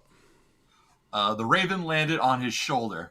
Fair, far, fear. It flapped its wings and screamed along with Gilly. The whites were almost on her. He heard the dark red leaves of the weirwood rustling, whispering to one another in a tongue he did not know. The starlight itself seems to stir, and all around them the trees groaned and creaked. Sam Tarley turned the color of curdled milk, and his eyes went wide as plates. Ravens! They were in the weirwood, hundreds of them, thousands, perched on the bone-white branches, peering between the leaves. He saw their beaks open as they screamed, saw them spread their black wings, shrieking, flapping. They descended on the whites in angry clouds. They swarmed around Chet's face and pecked at his blue eyes. They covered the sister men like flies. They plucked gobbets from inside Hake's shattered head. There were so many that when Sam looked up, he could not see the moon. This passage really lapses into like poetry prose. It really does. Shrieking, flapping, they descended on the whites in angry clouds. They swarmed round Chet's face and pecked at his blue eyes. Yeah, it's great. But let's look at here. Remember, the tree is the world tree. This is what the tree represents. So when it groans and creaks, this is the world shaking on its axis right here, figuratively. And what's happening? There's dark clouds coming out of the tree and blotting out the moon. And they're also like, the ravens are also like meteors. So you see the red leaves of the weirwood are rustling, the ravens are rustling, and the starlight itself seems to stir. So it's all the same. Imagine the black beady eyes of the ravens like the black meteor stars. And then they come down from the tree in these angry clouds and they're attacking. That's the swarm of black meteors. That's what the ravens are doing. And that's why the starlight is stirring along with them. And again, the world tree represents the heavenly canopy. The upper branches represent the dome of the sky. So when things come out of the branches, they are coming out of the sky. So the ravens, again, like the meteors, they are attacking and they're blotting out the moon. So this is, again, showing you that it's the world tree. It's the weirwood tree that can be used to blot out the moon, to call down the black meteors. It's pretty figurative. I mean, it's very evocative. That's the word I'm looking for. And then we've got honorable mention, Tim, to the Hammerhorn Keep, where the castle here is doing a similar routine to all these trees. And that's interesting because the hammer of the waters is a moon meteor. And like I said, the other thing that seems to be able to call things down from the sky are these magic horns, the apocalyptic horns. So go ahead and read this one. It was long after dark by the time the priests espied the spiky iron battlements of the Hammerhorn clawing at the crescent moon. Gorold's keep was hulking and blocky, its great stones quarried from the cliff that loomed behind it. Below its walls, the entrances of caves and ancient mines yawned like toothless black mouths. The Hammerhorn's iron gates had been closed and barred for the night. Aaron beat on them with a rock until the clanging woke a guard. So there's miniature things going on in miniature. Aaron beating on the gates with a rock is a reference to, like, beating on the world with the rock. Let me in! Let me in! Yeah, it's the dark priest opening the dark door, of death, and then beating on the world with a rock. Yeah, but it's the Hammerhorn Keep is clawing at the moon, just like the trees. So it could be that the magic horns are involved, or that this is just a reference to the horned gods that are tied to the trees. I could try to reconstruct a fictional ritual. How many times you got to toot the horn, circle the tree, kill the elves? I don't know. We're not supposed to know exactly, but we could see the ingredients, right? And then even the toothless black mouths remind us of the weirwood mouths in the dark caves under the weirwoods. So it is very weirwood coated castle here attacking the Hammerhorn Keep, and that's a whole great chapter. But and then just to go back to the idea of the mushroom cloud, I talked about the mushroom part, but literally if you look at a picture of a mushroom cloud, it's got the pillar and then the fanning out part, and that's why it looks like a mushroom. So when George creates a burning tree and associates it with mushrooms, it kind of looks the same, but then it's that Gray King thing, the thunderbolt. If you realize a thunderbolt is the meteor, then it should produce a mushroom cloud. And that's what we see is like the burning tree where the lightning bolt hits. And so essentially that in itself is a clue that how did the mushroom clouds, how were they created? Through the use of the weirwoods, that's kind of what we just saw in those quotes. Yeah. So before we move on from this, there's something I want to circle back to with the Raventree Hall weirwood. Uh-huh. So Raventree Hall's weirwood is dead and it's petrified. And one of the stories we're told by the Blackwoods is that the Brackens poisoned it, and that's why it is the way it is. Now, that's neither here nor there. What is important, though, is the idea of poisoning a weirwood and what exactly would happen. Because when I was brought up Color Out of Space, someone in chat asked, well, wouldn't there be petrified weirwoods in Asshai? I want to circle back to what happens in Color Out of Space, right? After the meteor hits and Nahum Gardner becomes convinced that the meteor has poisoned the land, the animals die, they waste away. The vegetation doesn't die. The vegetation transforms. It turns into these giant skunk cabbages. They are, but what's important with that is they are things that are completely rancid. They have a foul stench. They have a rancid taste. They're completely inedible. Whenever we hear about plants in Asshai, we get ghost grass, completely inedible. Or Karth, the shade of the evening. Yes, you can make wine from the leaves of the shade of the evening trees, but it tastes like rancid meat and ink. So what happens to the weirwoods in Asshai? They either, when they die, why aren't there petrified weirwoods? Well, most likely if we're following the Color Out of Space route, it's the weirwoods are there. They've turned into something else. Ghost grass, shade of the evening trees. And that falls down to, do we believe that shade trees and weirwoods are two separate species, or are they the same thing, but one's a corrupted version of the other? I think that shade and weirwoods are related. And so what is the name of the house that lives at Raventree Hall where the weirwood was poisoned? It's House Blackwood. Blackwood. And why would they be called Blackwood when they have a white tree? Because George wants us to think that poisoned weirwoods turn into black wood. Maybe. And so what we have is essentially Grey King saves weirwoods before they're poisoned, makes a boat, sails away. Maybe he did that long before the disaster just to transplant weirwoods to the new land. That's very possible. But then once the weirwoods are poisoned, we have those warlocks. Somebody transplants the poisoned ones to Karth and forms a new religion around using the poison trees. So it's either that or the shade trees are just a different magic tree that's related and similar but different. But I favor this. This makes more sense. It also lines up better with the others, the Undying being symbolic parallels to the others.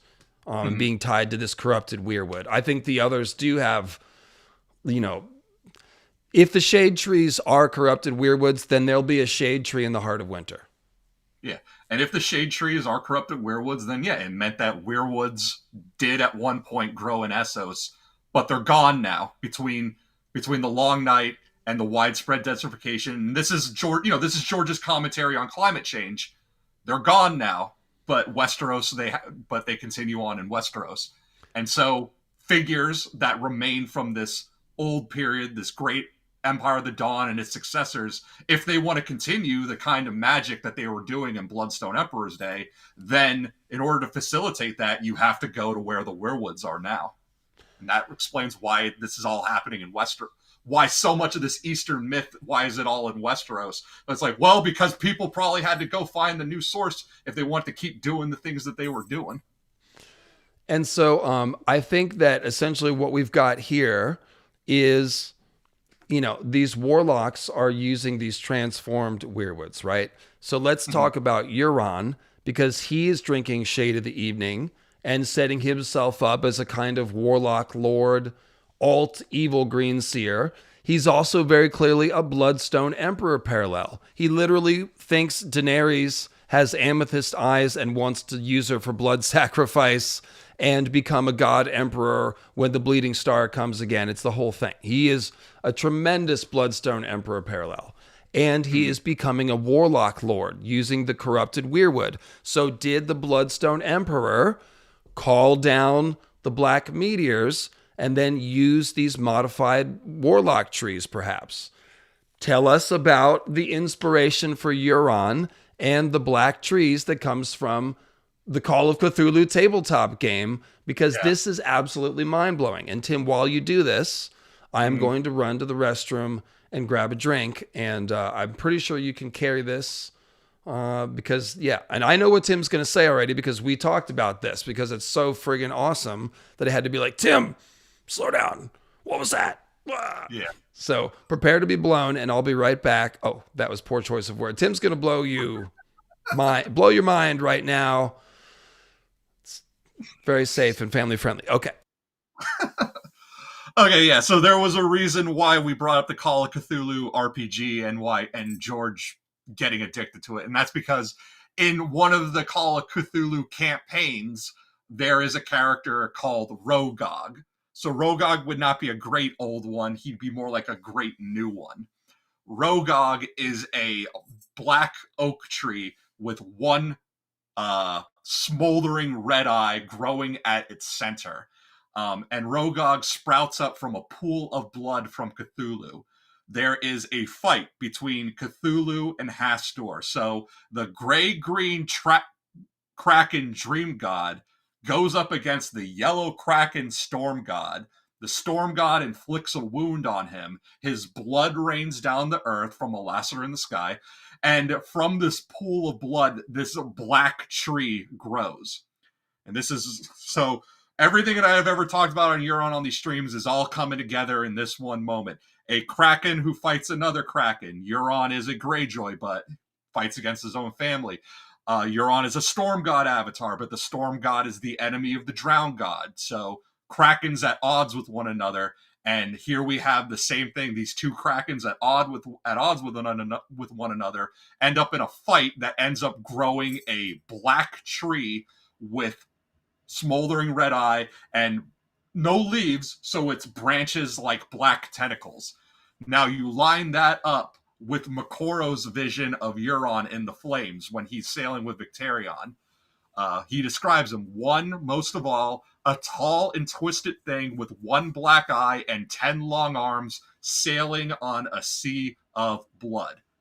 Rogog is one eye, smoldering red eye, but still, that's the what's Euron's sigil. It's a red eye being carried by crows and with a iron crown, but it grows from a pool of blood. And here we see this twisted black thing with long arms, long black tentacles, sailing on a sea of blood. It's a Kraken tree. So that's pretty awesome. Literally a tree grown, and this is also it strikes me as you know the legend of Baelor and the evil eye, right? Lug and Baelor, vaguely. Vaguely, I've heard this before, but refresh me. Baelor is one of the Fomorians, and he's kind of a giant. He's got this one burning eye, might represent the sun, and kind of like in Egyptian mythology, some of the sun deities are very antagonistic because they represent the desert sun that can kill you. Baelor's evil eye causes blight, and he keeps it covered, and then he like lets it open. And when Lug cuts his head off, the head falls and like lasers a big crater in the ground, and it becomes a lake that has an island in the middle, like the God's Eye, and it's called the Lake of the Eye, or at least it's conflated with a place that's called the Lake of the Eye in Ireland. So there's a little bit like meteors creating the Isle of Faces stuff going on, but it's a little bit similar to this here, where we've got the blood of a god falling down to earth and like changing the earth, and in this case, it's growing a tree. And of course, what do we find on the Isle of Faces? We find the magic trees. So yeah, it's all connected here, but go ahead. Not the myth I was thinking. Sorry, not the myth I was thinking of. I thought you were going to go with there's another myth, a Cyclops who goes up against this hero who says his name is Nobody. He blinds the Cyclops, and then Cyclops runs around screaming, "Nobody blinded me! Nobody blinded me!" I thought you were going to go with that. That was Arya did it. I was blinded by no one. Yeah, it doesn't make any sense. The little girl, she said she was no one. Well, I mean, the Cyclops mythology will be related to the Baelor mythology because it's all Proto-Indo-European. If you go back far enough, so there's some one-eyed giant thing going on. Odysseus and Polyphemus, or possibly Ulysses. Yeah, that's a Greek. That was a Greek myth I was thinking of. The chat will hold you accountable, Tim. I will just say Mhm. that. That's tasty tinfoil. Thank you, Ion. So this is more confirmation, essentially, that Euron's dream visage, it's meant as a weird, messed up tree. That's Yeah, what Euron is, like a dark tree. it's a kraken tree. And so when we go back to the idea that, like, okay, all the Azor Ahai people are stagmen or greenseers, or like Mhm. Beric living in a weirwood cave. And then here's our Bloodstone Emperor parallel, Euron, and he's clearly a tree wizard too. Yeah, So and I seems like, referred hold to on, Tim, if I could just, seems like the Bloodstone Emperor might have been a greenseer. Go ahead. and when I referred to Roga, I referred to him not as a great old one, but as a great new one. But then that brings up like what's Euron's line about a new god being reborn in the graves and charnel pits, and here in the RPG game, a new god is born. This kraken tree springs up from the blood of old gods, and it is a new god reborn. And so it has long occurred to us, I don't remember who found it first, but myself and my community of collaborators from the forums and the old podcast and Twitter and various places have put together that the Kraken is like a dark tree. It is like an inverted tree. The Kraken tentacles are like the roots or the branches, depending on which way it's facing. And what does the Kraken do? It pulls things down. Mm-hmm. Just like these trees reaching up to pull down the moon. The trees are acting like Krakens here. Mm-hmm. And the Krakens are acting like trees, like in that vision. So here's this passage. This is one of the scenes that clues us into the symbolic parallel. George sometimes gives us these very obvious ones just to like clue us, like, think about this, guys. Then she saw it, an uprooted tree, huge and dark. So dark, uprooted, coming straight. It's coming right for us. A tangle of roots and limbs poked up out of the water as it came, reaching like the great arms, like the reaching arms of a great kraken. So here's the dark roots of the uprooted tree, reaching like the kraken to try to pull down this boat. And then later it refers to it as the monster reached up with its arm and smacked him and all this stuff. And so once you think about that parallel, then you look at the sea stone chair, Tim. It's a kraken throne, and the tentacles reach around the person sitting in the throne. It's just like a weirwood throne where the roots reach around the. In fact, I've got a great picture for this, but I mean, it's there's these two quotes. If you want to talk about those and just give your thoughts, and I'll pull up a good picture. Yeah. Arya see. So Arya sees a crack. Well, I'll just hold on. I got it on my. It's the Blood Raven quotes. Oh, you didn't want to read the Arya one? I just did. Oh, sea stone. You were reading the chat. Sorry. Roots coiled around his legs like wooden serpents. Bran could feel the eyes staring at him, shining like a pool of blood in the torchlight. Grey King had a weird throw and there's a wooden dragon. Yeah, so whenever George uses animal terms to describe the weirwoods, when they're not krakens, the other two that we hear a lot of are serpents and worms. George is using wordplay with that last one, WORM, WYRM. And then white worms are another huge Lovecraft thing. I did a stream on my own channel where I read House of the Worm, where the forest is blighted and what is at the center of it is this burial mound and all these white worms are crawling through it. So you can see like all this white worm imagery that George uses with the weirwood roots. Why they make good stand-ins for worms, for snakes, and for tentacles. Right, and so it's important that they're snakes because Yggdrasil has a bunch of snakes, included from Nidhogg, but also a bunch of other ones. So there needs to be snakes under there. And then you've got the whole idea of the Grey King, Sea Dragon, Naga is really weirwood. So that's another conflation of serpents and weirwood. But also the worms are important. We were talking about the meteors poisoning and stuff, poisoning the land. Well, if the weirwood roots are like grave worms, then they eat corpses. And I'm still scrolling through my art. I have a lot of art with the word Bran in it. Apologies. Apparently this is an old piece of art. Oh, here it is. Finally. Yeah. And essentially, if the weirwoods are somehow absorbing the poison of the corpse of the moon, then they are like grave worms chewing on the moon corpse. So here is Bran, and you can see this artwork is meant to depict all the houses of Westeros. You can see there's birds for the Arryns, there's the stag for Baratheon, there's the wolf, but they decided to put the Kraken in the tree. You see it right over his head? Mm-hmm. Yeah. And then we got Bloodraven, who is a corpse man, a corpse of a dragon man, so lizard people again, and he's in the roots of the tree. We get the Bloodraven is like the meteor. Tim, sorry, I just want to hammer home the point that you're making. Bloodraven is a dead crow. He is a black, just like the ravens represent the meteors. He's like a corpse. A black meteor corpse that's a dragon being chewed on by the grave worm roots. That's exactly the idea. Yeah. And the children of the forest say that when they die, they go into the trees. Bran sees the dreamers in the root systems. They're in their like weirwood cryogenic chamber where it looks like their eyes are moving, but they don't really see. So they're dead, but not dead, which is another whole Cthulhu thing. Like in Strange Eons, even death may die. George is weaving all of this together within the weirwood roots. And here's the other picture I was looking for. There's Euron sitting on the Kraken throne.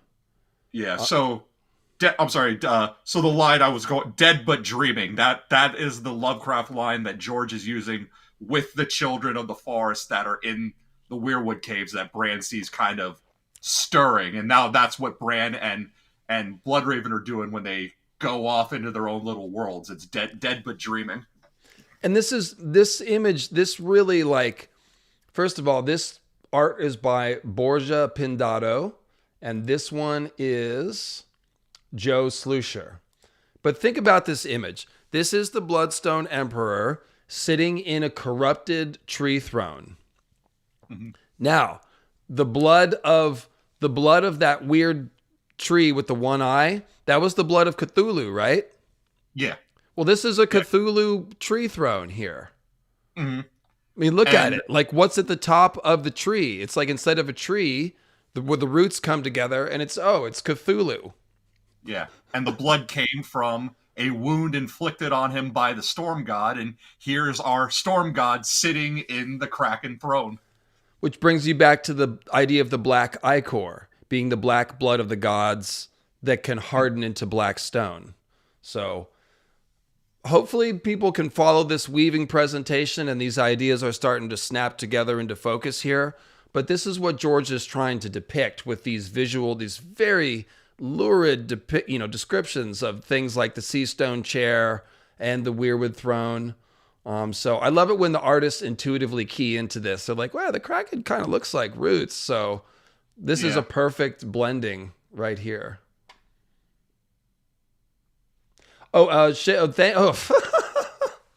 Here with 1,000 voices, thank you, points out that the shade of the evening warlock juice is like squid ink.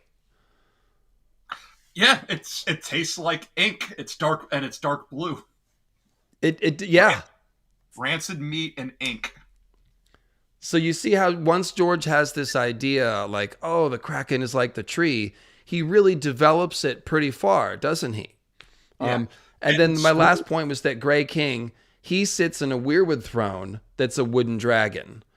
But later Ironborn are sitting in this Kraken throne, which is like the alternate version of it. So. Yeah.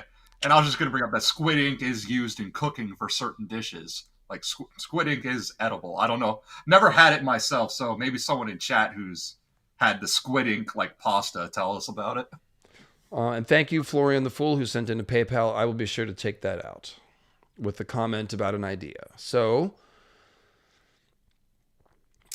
we talked about... okay.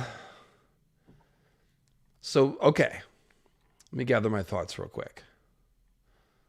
The other idea that goes... No, we're not going to go that direction. We're going to talk about...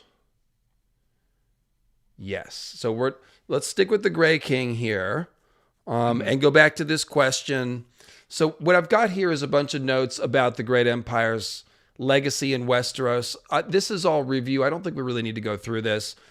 We talked about some of it. The evidence that House Hightower and House Dane are founded by, the Great Empire, and that, there's also House Tarth that seems to be connected to House Dane. I should really make a video about that by itself. And Land the Clever is either an Andal or a Great Empire of the Dawn adventurer. The Grey King is really the thing. So we talked about his Weirwood arc. We've already gone over this. And so if the Grey King is a green man, if he's a greenseer rather, and he's got these, he's got these Weirwoods that he's brought with him in this ship. Is it possible that he is a green man? Okay. The whole point of the stag man idea is that the antlers look like branches. Mm-hmm. So Tim's got the branches. I've got mine. Oh, we can do this. This is great. This is almost like a David Lightbringer produced video where you have the side-by-side images. It will be in a second. If I could just... Oh. Nervous, Tim. My hands are shaking with excitement. So you can see wearing branches and wearing antlers on your head is much of a muchness. It's very similar. So, and that is why Cernunnos is the god of the forest. And the idea of a greenseer is that when a greenseer sits in the roots of the tree, the branches become his antlers. Mm-hmm. Okay? And that's why the face is in the trunk, so that the branches are the antlers. It's very straightforward. So the idea that Grey King wore a weirwood on his head as a crown could be very similar to actually having antlers. Maybe he was actually a green man. And so let's talk about the comparison between Durin Godsgrief and the Grey King, because they really seem like the same friggin' person. Yeah. And it's actually a three-way comparison. Mm-hmm. So it's Durin Godsgrief on one coast, the green men who called down the hammer of the waters in the middle, and then Grey King on the other side, stretched across the middle of Westeros. So the greenseers call down the hammer of the waters, which creates a tsunami. Mm-hmm. Durin Godsgrief provokes the wind and sea gods, which causes a tsunami. And by the way, that might be the same tsunami, because if you broke the arm of Dorne suddenly, it would send a tsunami up the narrow sea, which would hit Storm's End. So it's probably the same tsunami. And the Grey King, in similar fashion, he angers the storm god, who floods his hall. And separately, there's a legend about him slaying the sea dragon, who drowns whole islands in her wrath. So just as this is almost starts to sound like Nissa Nissa here, like we're slaying something and causing islands to drown, we're sacrificing children of the forest on the Isle of Faces to drop the hammer. We're stealing Elenai, angers the gods, causes a storm. Similar story. Now, the greenseers on the Isle of Faces are probably green men, since that's where the green men live. And Durin Godsgrief dresses up like a green man. The Grey King has the wooden crown and is a greenseer, so is he a green man too? Or is a human greenseer the equivalent of a green man? Like, we don't know exactly, but I talked about the sacrifice. Durin, not only does he steal Elenai, he also wars against the children, so he's killing children of the forest, just like the legend of the Hammer of the Waters involves killing children of the forest to call down the hammer. Now, here's the biggest one. Durin Godsgrief, of course, married Elenai, who's a daughter of the wind and sea gods, which makes her a mermaid. And you can see that in the legend, in the HBO ancient lore things, they draw Elenai as a mermaid. Grey King straight up marries a mermaid. That's right in the story. And all of Garth's children, they marry all kinds of people. One of them's father's children on a giantess, and they're marrying children of the forest. And Owen Oakenshield is clearing the Selkies off the Shield Islands. Definitely not, fornicating with any mermaids. Only killing them, Tim. Yeah. And then the final comparison here, Grey King sat on a weir throne, and he seems to have planted his boat, like I said. Garth the Green planted weirwoods, and he grew a tree throne. He grew the oaken seat from a living oak, and he planted weirwoods in the Highgarden Godswood. So similarly, again, Grey King grows or plants a throne and plants a weirwood hall. So it's very similar. And then we have the sigil of the Sea King of House Grey Iron. And since I'm in the business of pulling up images here and making y'all wait while I sort through them, let's talk about the Sea King of Grey Iron. Tim knows what this is going to look like. The Grey Irons, they are an ancient Ironborn house, and they were one of the most often chosen for kings. And oh my gosh, who's that? Mm-hmm. Grey King with his green beard. And yeah, this always leads me back to Amanda's theory about Garth's leal brother, the good brother, possibly Grey King. And gray and green always go hand in hand so many times. It's like why Moor's Umber and what's the other Crowfoot and Horsebane, one's leading the green boys and one's leading the gray beards. So thanks for bringing up Amanda real quick. I will just say that's the Disputed Lands channel that he's talking about. And Amanda, a long time ago, Crowfoot's daughter, she goes by, came up with a theory that Grey King is like a brother of Garth the Green. Now, I'm kind of saying the same thing. Garth the Green is a green man. So Grey King, if he's a brother of the green man, he's one who went the other way. Just like Stannis and Renly go different ways. And Renly has all this green fertile symbolism like Robert. Stannis gets all emaciated and he's using fire and turning shadowy and bony and deathly. That's kind of what Amanda's talking about. It's like a version of the Oak and Holly King cycle where Grey King is a green man who becomes like a statue and becomes, corpse-like and stuff. So this Grey Iron sigil is great. It shows you, it's supposed to be a seaweed hair and beard, but it's green hair. It's Garth Green hair. I mean, that's his name, Garth Green hair. So, but there's a black crown, which is indicating this transformation to darkness with all the black crown symbolism. So that's very cool. And it's yet another clue that there is this ancient green man presence on the Iron Islands. Yeah. And it's because House Goodbrother on the Iron Islands, they don't claim their descent from the Grey King like so many other Iron Islanders. They claim their descent from his leal older brother. And the other thing that's important about the Goodbrothers is their wealth comes from the land. They're one of the only Ironborn houses that farm. They sow, which is why Aeron has such contempt for them.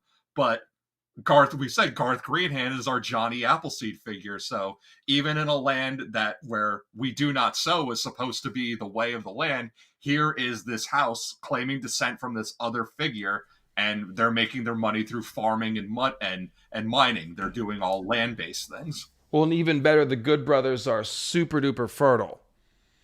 And they even have 3 brothers with G names, like Gorold and there's so many branch houses of Goodbrother.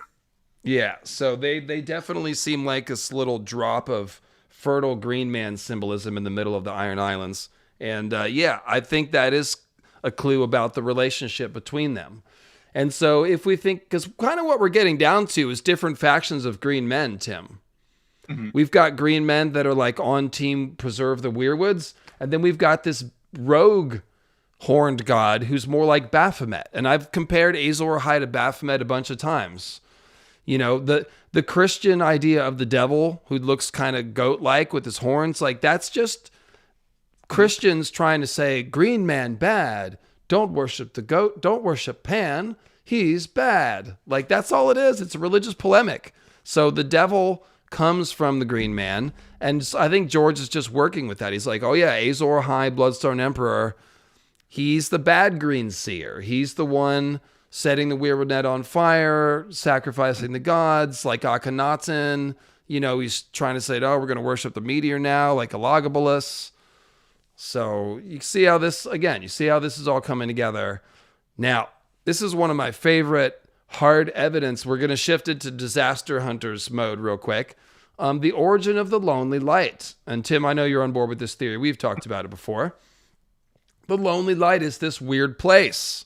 It's 8 days sail west of the Iron Islands. The Iron Islands are only 2 days from Westeros. So the lonely light is way out there. It's a little small archipelago. And it is one big island. Okay, it doesn't matter how many. 8 days sail. And the thing is, there's House Farwind. Farwinds come from the Lonely Light. They also have a house on Great Wick. But their main house is on the Lonely Light. And they are weird. They have mad color-changing eyes. And maybe they skin change sea mammals like lions, walruses, and orcas. Or maybe they sleep with deep ones. Who knows? Even Aaron thinks they're weird. So I will allow Tim to do us the honor, of course, of reading Lord Gilbert Godfrey Farwind's speech. So if you've never heard me do Gilbert Farwind's speech before, I have a special way of doing it. It's very special. Make me your king, and I shall lead you there. We will build 10,000 ships as Nymeria once did, and take sail with all our people to the land beyond the sunset. There every man shall be a king, and every wife a queen. Rest in peace, Gilbert Gottfried.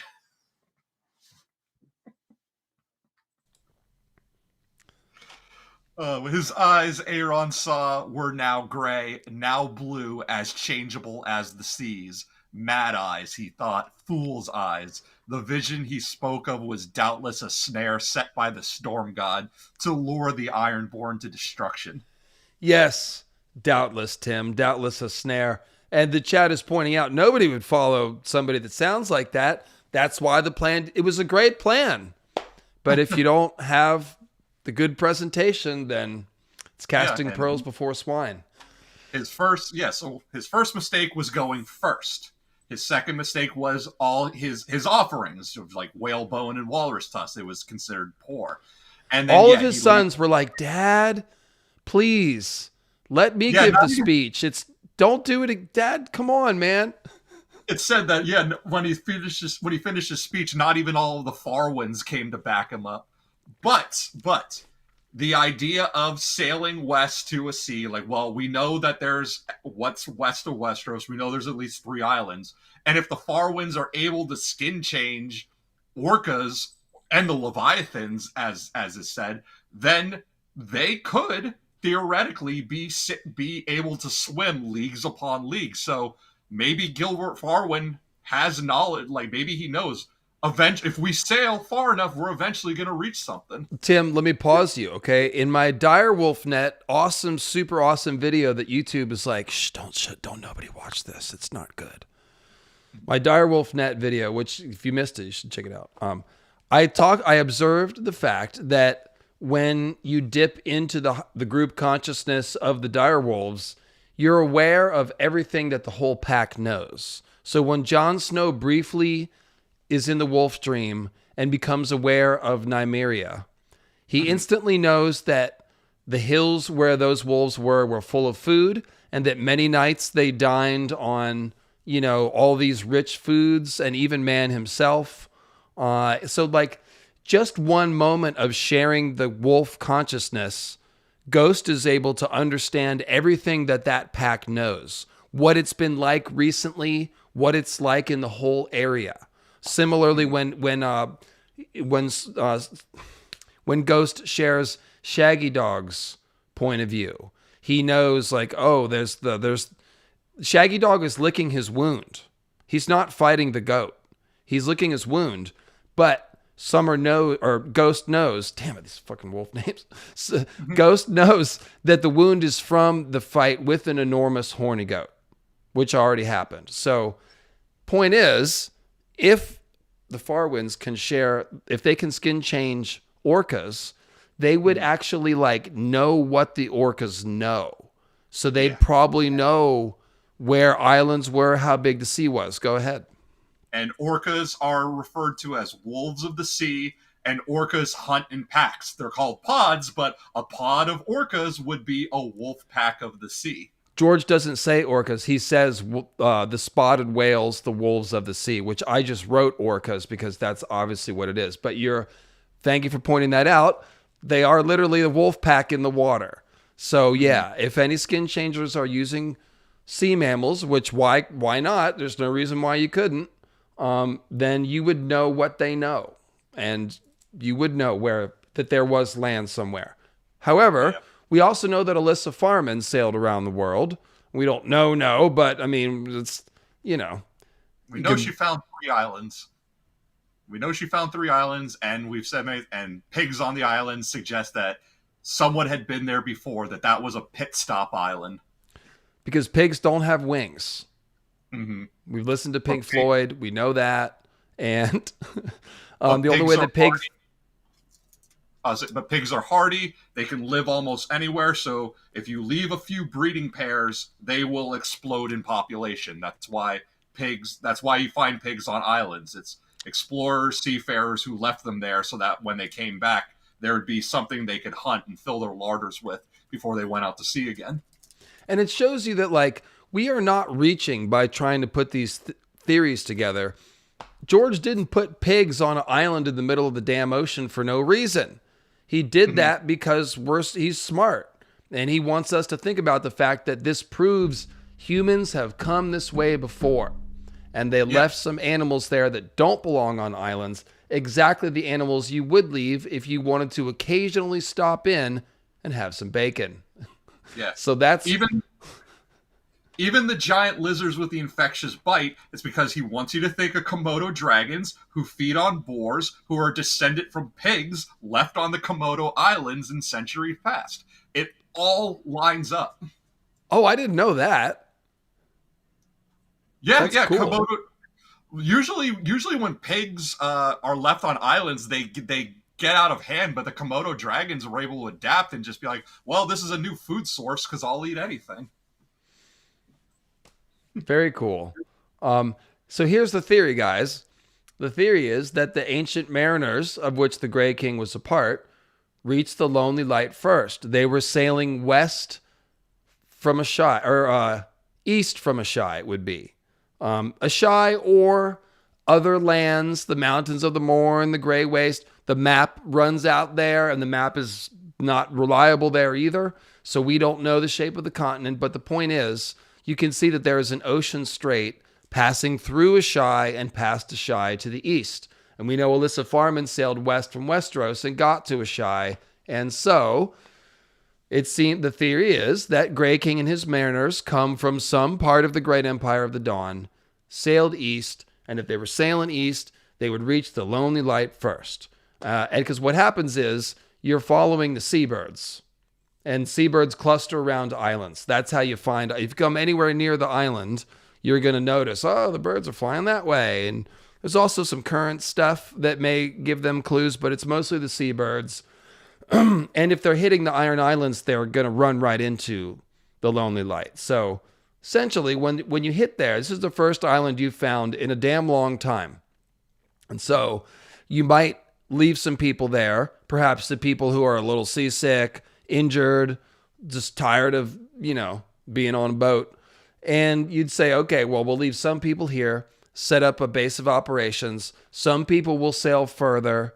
And if we don't find anything in a couple weeks, we know we can come back here and we won't be stranded. Something like that.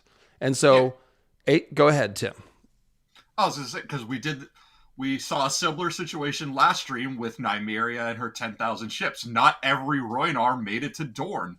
Because they stopped at so many different places. Right. At every location, there's people that went back and stopped and just stayed there. They're on the Stepstones. There's some in the Summer Isles still. There's some Rhoynar that went back to the Rhoyne. And there's probably some damn Rhoynar DNA in a Brindled Man tribe or two. It's Thorios. Yeah, there are probably still some living on the coast towns in Thorios. Just like Roanoke. Just like the colony of Roanoke. And so essentially 8 days later, this original group of mariners would have landed on the Iron Islands. They would have landed on Great Wick. That's the first one. And then where's Grey King and all of his culture based around? Old Wick and Great Wick. Yeah. Old Wick is the most religiously important isle because that's where Naga's bones are. That's So where he landed, flipped his boat over, planted it in the ground, and became a Greenseer king in Westeros. And so, what the Farwinds are, is they are more similar to the original people because they have intermarried a lot less with Andals and other people, even just first men on the Iron Islands. They are much higher ancient mariner DNA than the rest of the Iron Islands. All the Iron Islands probably has some ancient mariner DNA because the Grey King is remembered as being this founding character or whatever. But yeah, the Farwinds are, that's why their eyes are weird. Because again, remember, the Great Empire of the Dawn, known for their strange eyes. And many of those gemstones have many colors that they come in. So, color changing eyes, yeah, that sounds like Great Empire of the Dawn stuff. Skin changing animals, this is basically a clue. And this is why this is in this presentation. This is a clue that the ancient mariners were skin changers. Just as it is with Grey King being a Greenseer and bringing a Weirwood Ark to Westeros. The Farwinds help us understand the Weirwood Ark probably wasn't made in Westeros. They were Greenseers before they came. They brought the Weirwood, they brought the skin changer magic, and that's the theory. So I think at this point, the only way George could have hammered this home even further would be if he made Shaggy Dog's coloring black with blue eyes, because he gives us black with green eyes, and he says the children of the far, like, Ghost has full-on Weirwood coloring, white and red. Shaggy Dog is black and green, same with the cannibal. The children of the forest mainly have gold eyes, like the other Stark direwolves, but the ones that are destined to be Greenseers are the ones with green and red eyes. If he had made it black and blue and made it like shade colors, that would have driven it. That's like the only way he could have like been like, do you see what I'm laying out for you? But he still sneaks it in because Jon Snow has the gray eyes of the Starks, but the other Stark children, they have the blue eyes of House Tully. And then here with the Farwinds, his eyes are changing from gray to blue. So we're back to our color wheel. Indeed. There it is. The color wheel of the Great Empire of the Dawn. So, yeah. And so this kind of all fits together. Okay. So the first men who moved into this region on the Iron Islands don't seem to be Weirwood associated. That seems to come with the ancient mariners. The first men that are here are Grimm sort, the Banefort sort, the Castle Pike sort. They're doing necromancy and worshiping the Deep Ones, it seems like. And that's happening before the Grey King gets there. And this is one of the very most solid timeline things that I established in the whole Ironborn series. Is like the Grey King gets there and he finds Ironborn that are like the people on the Thousand Islands. They have already been farmed by the Squishers. They're in a fallen state. They need to be taught how to fish and make boats and weave nets and wash their underwear and tie their shoes and all that stuff. Because when you get farmed by the Squishers, you regress a bit. As we've seen, the people on the Thousand Islands don't even have language anymore. And this is why the Ironborn don't remember where Castle Pike came from or the Seastone Chair. It's because they lost all their memory at a certain point. It's basically first men wandering out on the peninsula, which was connected to the land back then, me and Tim both think, and getting farmed by the Squishers. And that's why Grey King marries a mermaid. This is a cultural thing. We've seen it over and over. Every part of the story, if you're a conqueror and you want to assimilate, like Orys Baratheon, you marry Argella Durrandon. Mm-hmm. Okay? And so when Grey King is marrying a mermaid, he is marrying a native. This is a first man Deep One hybrid, because they're all hybrids here, and he's lifting these people up out of a low state into a reasonable state, and so he's marrying like I said, the best looking one. That's the mermaid, and they then father a nation.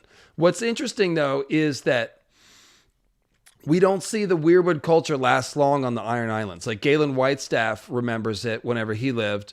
But for a long time, they have hated weirwood and the old gods, and they don't practice it. So at some point, it got stamped out. It was just this early phase. They were worshiping the deep ones before. The Grey King like picked them up a bit, and then they sort of fell back into deep ones worship, is what it looks like. And that's where we find them today. Essentially, there's these little remnants like the stone tree sigil, the gray iron green man sigil, and a couple other things. But most of it is all, squisher stuff. So it's hard to keep a weirwood-based religion going in a place that doesn't grow weirwoods. And that's why Cape Kraken is such an anomaly, because it's changed hands so many times between the North and the Iron Men that even though Cape Kraken is part of the North, it's ethnically it's like all of its own because of the constant switching of hands. Sea Dragon Point, same thing. And essentially what I showed in my video, The Deep Ones Are Real, is that the Deep Ones are real and that they were there first. So the first men, when they're moving into Westeros in the Dawn Age, everywhere they reach the coasts, they encounter Merlings and Deep Ones, and all the coastal religions are shaped by those encounters, from White Harbor to Cracklaw Point, to the Stormlands, to the Reach, to the Shield Islands, to the Iron Islands, to many places in Essos, to Sithorios. It's all over the place, literally everywhere that you reach the coast in the Dawn Age, you find the Deep Ones. Because, Tim, of course, in Lovecraftian lore, the Deep Ones are older than humans, right? Like they're like 1 million years old or something. Yeah, like squishers, the serpent men, like it's constantly coming up. We get these fishy, amphibian, or reptilian type humanoids that always come out of a period after the dinosaurs, but before humanity. They're like they fill the gap. They become these missing link stand-ins. Yes, and it's similarly the Children of the Forest, also 1 million years old, they say. So similar idea. And we've seen like how do you make peace with your enemy? A lot of this is marriage pact. So this is why we see a lot of this hybridization. How do you make peace with the squishers? How do you make peace with the children? How do you make peace with the giants? This is how we get like House Reed might have children blood. House Umber has giants blood.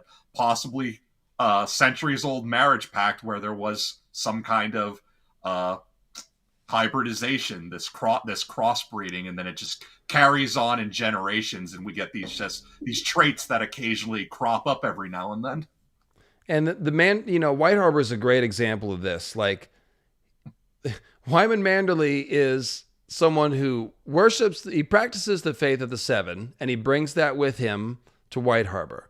But he also calls himself a Knight of the Green Hand, because that's an ancient tradition in the Reach based on the Green Men. But when he comes to White Harbor, they are worshiping the old gods, and there's all this lore about old Fishfoot with his trident and mermaids everywhere. And so White Harbor is this very funny amalgamation of different cultural lore. And you can see that the mermaid and merman ideas they're durable. Like at some point they started worshiping weirwoods, but still we have mermaid lore. And then Manderley comes and brings the faith of the Seven, and still they worship mermaids everywhere. So like it's really, really a thing. And of course on the Three Sisters, who are just south of White Harbor, they actually have webbed hands fairly often in their family. It seems like every couple of generations they get someone with the mark. And that's directly referencing Lovecraft, the idea like, oh, you're chosen, this person can go join the Deep Ones or whatever. So yeah. And we got, like, with the Ironborn and the Sistermen, we have our Ironborn or our pirates in the east, and in there, the Storm God and the Drowned God are enemies. Sistermen, they're pirates. They're pirates on the west, Ironborn would be the west coast, and they're the east coast. But it's that, it's Bad Boy and Def Jam all over again, the East Coast, West Coast split. But on the other coast, we get our Sistermen pirates, but in their religion, the Storm God and the Lady of the Waters are husband and wife, and it's a mutual. I think it's benefit. Bad Boy and Def Row you're talking about. Oh, did I say Def Jam? Yeah. Yeah. What was Well, yeah, I don't know. Big rest in peace, Biggie and Tupac. Sorry, I got it Indeed. wrong. Yeah, it's Bad Boy and Death Row you're talking about. Okay. Uh, Just had to figure that out. I laughed at the joke, and then my brain was like, wait, not Def Jam. but the point is, you understood what I was trying to say. This East Coast West Coast split of our different pirates and their different storm god, water god religion, how it differs. And so the point I'm trying to make is that the deep ones were there first. Then green men and first men move into Westeros and encounter the deep ones. And it's not just the first men encountering deep ones, but the green men. Okay, so again, one of Garth's son, Owen Oakenshield, had to clear the Selkies off of the Shield Islands. No fornication involved, only killing, Tim. And so, like, the Selkies are on the Shield Islands before Garth the Green's son. You understand what I'm saying? Squishers first. Then green men are moving in and being like, oh, man, there's all these squishers here. Should we fight them? Should we make love to them? And so we see Grey King marrying a mermaid, Durn God's Grief marrying a mermaid, Owen's fighting him. You know, it's different strokes, different folks. Owen's probably, I don't want to make a joke. Okay, never mind. So there's more to this. There's a really great parallel. This is we're not done with Manderleys. We're going to explain the Manderley Peak rivalry and why it's in A Song of Ice and Fire and what all of their castles mean. I'm especially proud of this. Tim, you may not have heard this one, so check this out. There is a Garth Gardner the 10th, and he is the longest ruling king in the history of the Reach, besides Garth the Green himself. He ruled for 89 years, and he's called the Greybeard. So Garth Greybeard. That's what we think Grey King is, essentially. If he's a green man that turned gray, then he's a Garth Greybeard, right? Because remember, Grey King is said it's his hair and beard is gray, just like Garth has hair and beard that is green. So these two men are defined by their hair color and their skin color. They're both gray skin and green skin as well. And so a Garth Gardner the Greybeard, who grew very old, sounds like Grey King sitting on a weir throne and gradually turning gray and corpse-like. And I noticed that he ruled for 89 years. 8 plus 9 is 17. Grey King ruled for 1,000 years and 7. I usually don't mention the numbers, but 17 and 1,000 years and 7 are similar. Maybe that's a thing. I don't know. Forget that if you don't like that. This is called a golden age for the Reach, Garth Greybeard. Even though he wasn't actually a good king, and he lost his wits as he got old. And this led to a rivalry between the Manderleys and the Peaks. The Oaken seat was chopped up and burned by the Dornish at his death. And that's how I found this story, Tim, because I was like, well, what happened to Grey King's Weirwood throne? Where it's gone? What happened to it? And I was like, oh, well, it's a tree throne. And then I remembered the Oaken seat was burned. So I was like, maybe there's a parallel between the burning of the Oaken seat and the destruction of Grey King's Hall and Weirwood throne. And sure enough, the Oaken seat is burned at the end of the reign of Garth Greybeard, who sounds like a Grey King green man, okay? So he sired only daughters, and one of those daughters married a Manderley and one a Peak. And that led to those people quarreling for control of the Reach. And this led to a decade of anarchy. That's very similar to after the Grey King dies, there's a orgy of kinslaying. And all of his sons war against each other until there's only a couple left, and they divide up the Iron Islands. So similarly, we got this warring between different houses. And look at the two contestants. The Manderleys, we think of them mostly as fish people, but they're also Knights of the Green Hand. So they are like green men, fish people hybrids. Okay? And on the other side, we have the Peaks of Star Pike. So they are standing in for the people of Castle Pike, which would be the first men. Okay, because the falling star, the meteor, fell at Castle Pike. That's what collapsed the land there, right? So, and then the sigil of Star Pike, 3 black castles. Castle Pike is a series of black castles. It's not one castle, it's multiple castles on the pillars. You follow me, Tim? Yeah. Okay. So essentially the Manderleys represent the deep ones on the Iron Islands, and the people of Star Pike represent the people of Pike. And so they're fighting. Now, House Peak also controls Dunstonbury and Whitegrove. So Dunstonbury translates to hill with dun-colored stones. And dun is like tan or pale. So a hill with pale stones. Naga's Hill covered with Naga's Ribs, which are pale stone. And then Whitegrove. Mm-hmm. So you can see there's references to the Iron Islands, to Weirwoods, to Naga's Hill, and also the Deep Ones. And they're all fighting after this Grey King parallel dies and his wooden throne is burned. And then what happens, we get the Manderleys exiled to the Reach, to White Harbor, which stands for White Arbor, White Tree. And this is like the exile of the others. So it's the whole story there. And it seems to parallel the Iron Islands. And what it seems to show us is the green men encountering the Deep Ones and fighting. And eventually it's the people of Castle Pike, Star Pike, are the ones who take over. Mm-hmm. And they even take Dunstonbury from the Manderleys. Yeah, and then the Peaks are green men who are also Blackfire supporters, so they support the Black Dragon. So this is like a case of the green men supporting the usurper. And what is our topic? Is Bloodstone Emperor a greenseer? So green men supporting a usurper would be more imagery aligning with that. Yes, thank you. That's perfect. The Peaks would be the usurper here. And their sigil is black and orange. So fiery, black stone on fire. It's got the 3 black castles. Black castles are always associated with dragon people, from, Dragonstone to the Valerian castles, to Asshai by the Shadow, home of the Bloodstone Emperor. So all of that tracks. And they are taking over Naga's Ribs, Naga's Hill, symbolically with Dunstonbury, taking over Whitegrove, taking over the Reach, allying with the Black Fires. Yes. Yeah. And this is also why George makes it a point of, like, what are the most common, when the Ironborn are raiding into Westeros, what are their most common targets?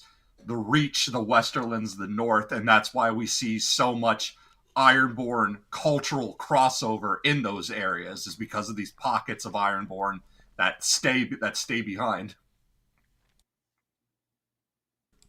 And then also, to borrow from Crowfoot's Daughter of the Disputed Lands, she's looking for that pattern of the green Garth brother and the gray King brother sort of quarreling.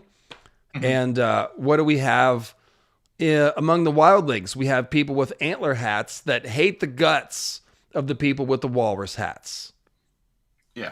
And then with our Umber brothers,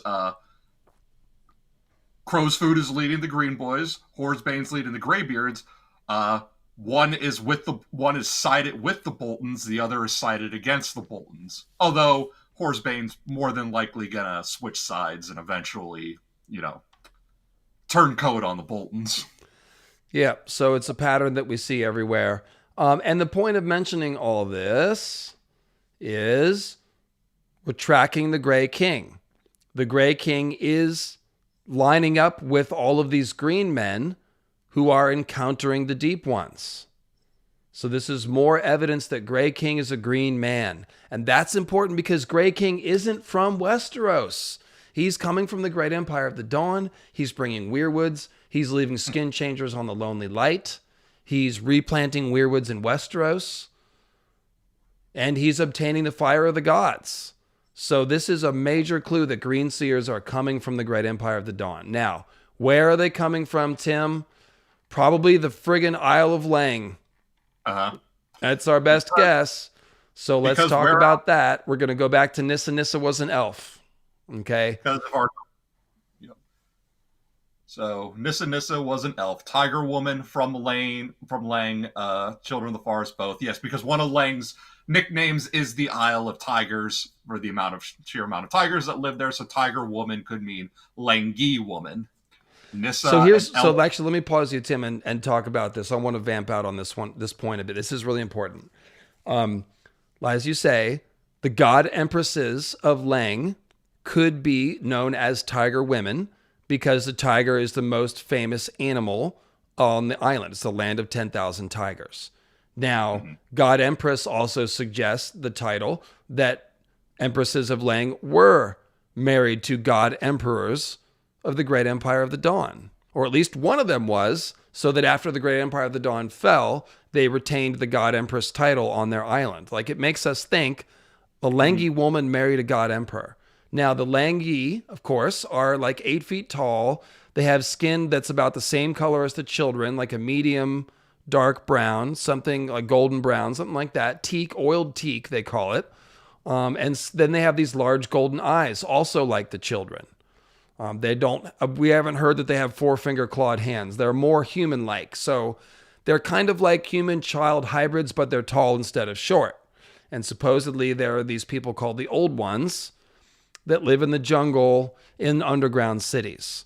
This is a mixed up reference to Lovecraft, as Tim will explain to us. Yeah. Briefly.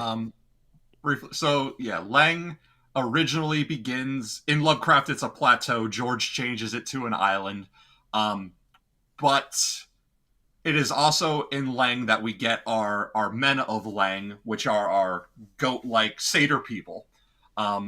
So this is where we get this horn men idea coming from. And then in Westeros, where are our green men now? Well, supposedly they live on the Island of Faces. So it makes sense if the green men are currently living on an island, then them having originated from an island makes sense.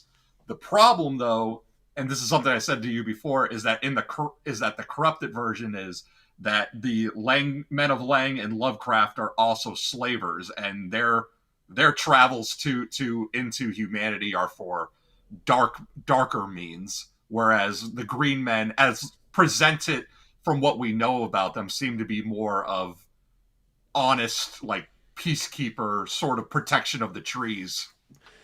Except that that's the idea that we're entertaining, is that Bloodstone Emperor Azor Ahai is like a bad green man, and he did enslave his people. And we get those legends of Garth the Green. In some legends, he sacrifices himself to turn the seasons, and in other ones, he demands blood sacrifice to turn the seasons. So we do have a green man demanding blood sacrifice in Westeros. That's the idea that we're sort of following up here. And just to go back to what you're saying, in Lovecraft, on Lang, we find goat people, satyr people, and they are not the Old Ones, but they worship the Old Ones. And so in George Martin's Lang, it seems like the Old Ones are the goat people. Because again, if the Langi look kind of like Children of the Forest, but they're 8 feet tall, then that seems like, well, they must have married some very tall Children of the Forest back in the past. I keep saying married. I'm trying to shine things up here. You all know what I mean, okay? We don't need to get into the details of how this goes down. But somehow there is admixture between the Langi and the Old Ones. And that tells us what the Old Ones look like. They should look like tall satyr people. And in Lovecraft's Lang, there's tall satyr people. Okay, so we got this now. The Old Ones are satyr people. They are the green men. And this is confirmed because George refers to weirwood gods as Old Ones in a bunch of places. I made a whole video about it called The Secret Origin of the Green Men, Isle of Lang. I'm not going to list them all, but literally the very first time we hear about the weirwood gods, Catelyn calls them the Old Ones. You know, Ned's gods were the Old Ones that he shared with the Children of the Forest. So the Old Ones are the green men. The other thing with the Langi and or the men of Lang and Lovecraft is they sail to the moon on a pirate ship. Yes, they do. They go to the city of Dialoth Leen, which sounds straight up like a Dothraki named city. They trade for slaves, and then after they're done, they sail out to sea, and then eventually the ship rises out of the water, starts floating into the sky, and goes to the moon. And that's an important thing, because if the men of Lang were just satyr people that lived on Lang, then we'd be sort of this would be a weird theory. It's like, oh yeah, the green men, well, they sailed to Westeros. Like, well, why would you think that? Well, because literally the goat people, men of Lang, that's what they do. They sail on boats, not only to other lands, but even into space. But the point is, they're traders and slavers. They hide their horns under turbans, so they look like they have big heads. And they have boats. And we know that, Lang is a part of the Great Empire of the Dawn. That means the Great Empire of the Dawn had maritime power. So, yeah, the Green Men of Lang, George's old ones, they're named after satyr people who have boats. So now the idea of Grey King being a green man who sailed from the Great Empire of the Dawn to the Iron Islands sounds a little bit less silly, doesn't it? Yeah. And the other thing they do is when they take their slaves to the moon, they work them to the brink of death, and then afterwards they feed them to the Shoggoths and the Moon Beasts, which are their beasts of burden. So then, well, what would slaving empires like the Great Empire, like Valyria, what would they do with their dead or dying slaves that were no longer useful? Feed them to the dragons. Yeah, that does work, actually. That does work. And so getting back to Tiger Woman, amongst the Bloodstone Emperor's list of abominations is he took a Tiger Woman for his bride. It makes it sound like it's something he did after he killed Amethyst Empress. However, I think taking a Tiger Woman for his bride might be the same thing as taking the Amethyst Empress for his bride. They might already be hybridized with the Langi. Like, if the God Empresses and God Emperors are marrying, it may have happened before the Bloodstone Emperor, which would make their line a hybrid species. And like the whole title God Emperor, it's taken from Dune. It's somebody who lives thousands of years and knows the future. In Ice and Fire, that's a Greenseer. Bran is becoming a God Emperor. So did the God Emperors of the Great Empire of the Dawn, were they hybrid green men who saw the future and stuff? Like, yeah, this story makes sense. And I'll bring up the Nissa artwork that synthesizes these two concepts and shows you how a Valyrian and an elf woman could be the same person.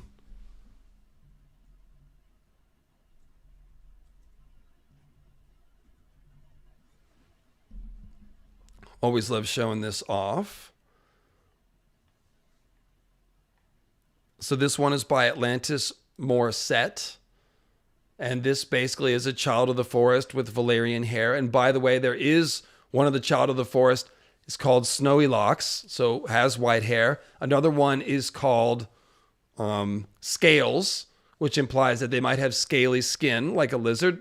And of course, they have black claws on their hands and cat's eyes, which is all could be lizard traits. So what we think of as elves could actually be lizard people. And thus the idea of an elf woman and a dragon person they could be similar. And here's a different take on the same idea. This is by Rodora Jacob. Here's another elf, Nissa, that's also kind of dragon-like. It's very high fantasy here. And that's kind of the whole thing with the Dawn Age and Ice and Fire. It's where George puts the high fantasy ideas. This is called Nature Godlike by Telthona. This is another Nissa as a green woman. This could be Tiger Woman, with the big golden or green eyes. It's just kind of looking weird. So what I'm saying is that marrying Tiger Woman, and also, of course, the Children of the Forest having cat's eyes. So Tiger Woman, if she's more old ones, maybe instead of golden eyes, she's got more visibly with the pupils. So Tiger Woman could be Nissa. That's actually not a different thing. Bloodstone Emperor marrying Tiger Woman was the act of killing his sister, because that sounds like remember, Azor Ahai and Nissa are married. Amethyst Empress and Bloodstone Emperor are sister and brother. But if they're Valerians, that could all be the same thing. They're sister and brother. They're married. So marrying Tiger Woman was usurping the throne from his sister, just like Ar-Pharazôn married Tar Miriel to steal the throne from her. Boom. Yeah. And I was saying, like, you see, chat, you see how I said it always comes back to lizard people, right? Lizard people, frogmen, freaky fish guys, these are our missing links. And so this brings me to Nissa Nissa again. Nissa Nissa means lots of things in Scandinavian folklore. The Nis are elf people. They're a little race of elves that guard the tree. Look it up, but they're elf people. It's folklore. And in Greek myth, they are water nymphs, the Nysa or Nysiads. They took care of Dionysius, who is a horn god. So that goes right along. In Arabic, Nissa means woman. And it seems that Tolkien, who is a linguist, took that and adapted it to Sindarin, which is Elvish, where Nissa also means woman. But it means elf woman, though, because this is Sindarin. It's the language of the elves. So it's how the elves describe an elf woman. So now Nissa is an elf woman, just as, again, the Nis of Scandinavian folklore. So I guess Tolkien combined them. He's the one that combined them. He's like, elf woman. Okay, yeah, that's Nissa. So then we have Yin Tar running around, who's supposedly a hero, one of the names for Azor Ahai. But then in Yi-Ti, they also revere a woman with a monkey's tail. So this is another hybrid animal-human creature. And it could be that Yin Tar is the name of woman with a monkey's tail. But it's definitely a reference. Go ahead. I was going to say, I think it's a reference to... I'd have to look more into it, but I think it's a reference to Journey to the West with Son Goku, the Monkey King. I think George is playing on that. That's another one of the, along with Romance of the Three Kingdoms, one of the great works of ancient Chinese literature and Chinese mythology. Yeah, definitely. And it's also a clever amalgamation because it's combining, it's reference back to Numenor again. Tar Miriel, Tar Palantir, Yin Tar. It's just flipped around. So Tar Yin. And also Tar is black and Yin is the black side of the yin yang. So Tar Yin could be black. And that makes sense because we're talking about a guy with a black sword and during the long night and all that stuff. 2 moons. Nissa Nissa could be a reference to the 2 moons. You know, she's the second moon. Yeah. So basically all of this stacks up to the idea that the Great Empire of the Dawn may have been hybridizing with the Old One population on Leng. And that is how Bloodstone Emperor would already be a Greenseer. Mm-hmm. That's how it would be. That's how it would go. Yeah. Okay, yeah, correcting myself because chat's holding me to it. Yeah.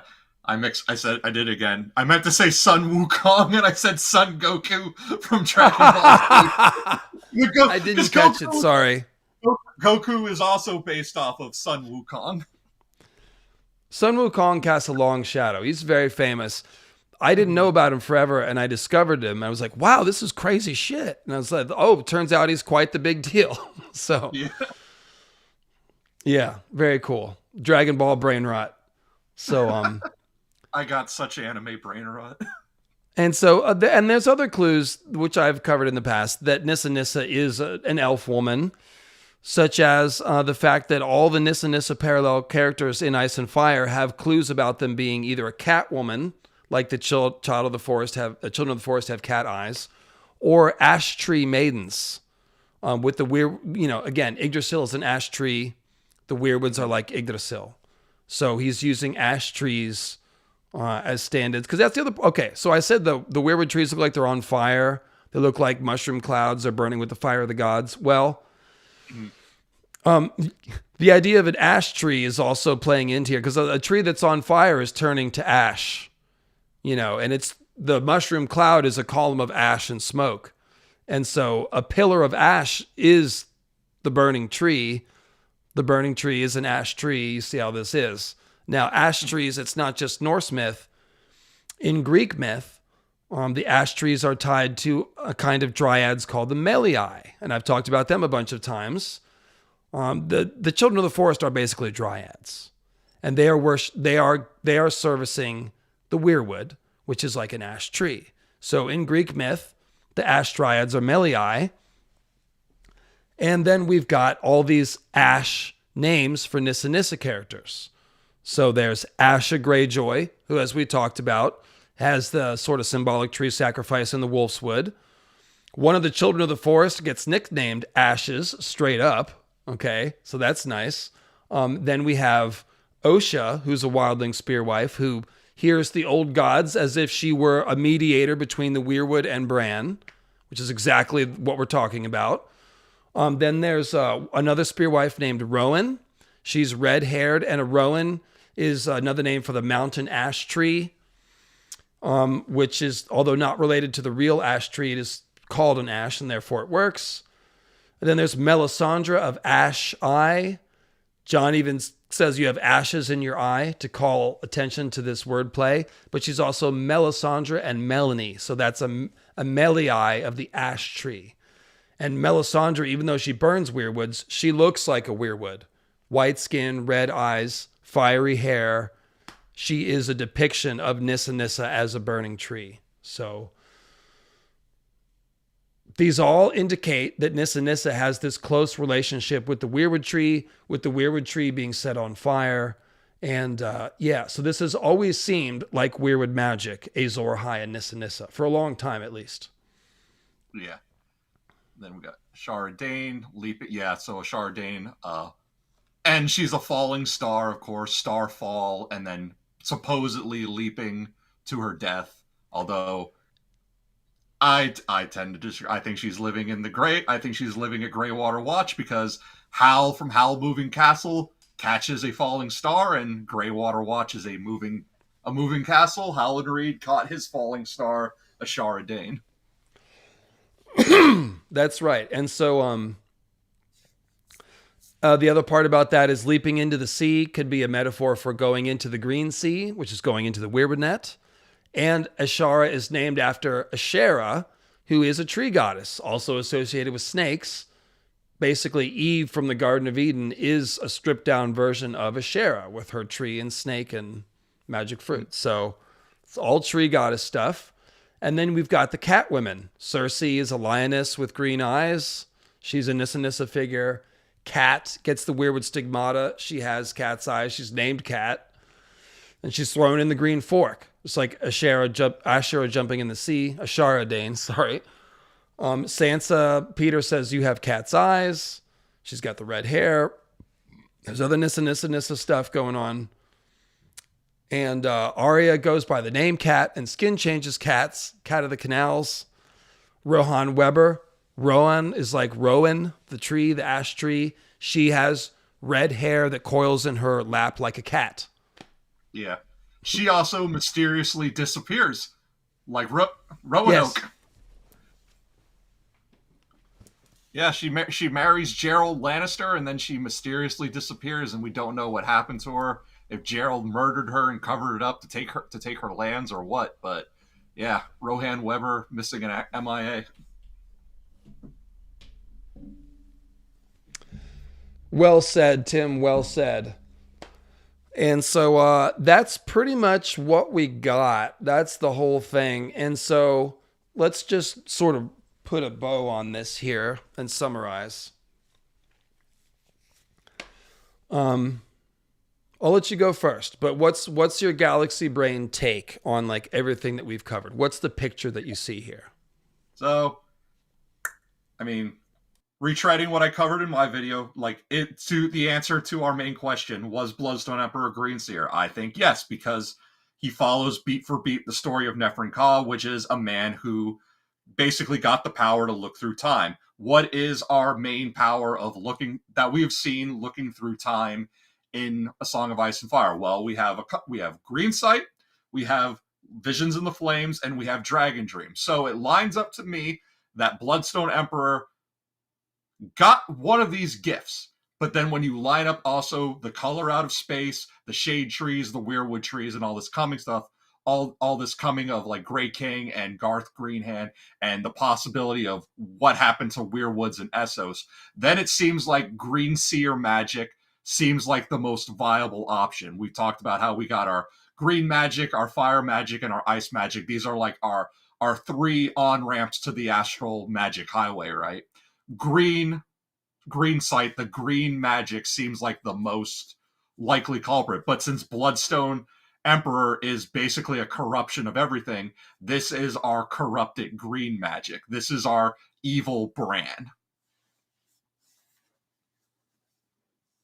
You're muted. That's very well put. And again, I will just go back to Euron as the archetype. You know, he's really showing it. Stannis is actually another good way to sum this up too. Stannis is a green man or horned god, and he has turned to a different kind of magic. And he is basically now his stagman is captured inside the burning heart, which is also a reference to the burning heart tree, the burning weirwood tree. And so what does he do? He burns the weirwoods and he sends his spirit into the weirwoods. That's what he does. So essentially, he does it a couple different times in a couple different ways. First, well, it's the two shadow babies. There's two. I've got the score on. There's two shadow babies. One he sends inside Renly's tent, the green castle alive with light, which symbolizes the green weirwood net, uncorrupted. Inside is the green horned god in his regalia. And Stannis, he performs a sex magic ritual with Melisandre of Asshai, playing the Nissa Nissa role.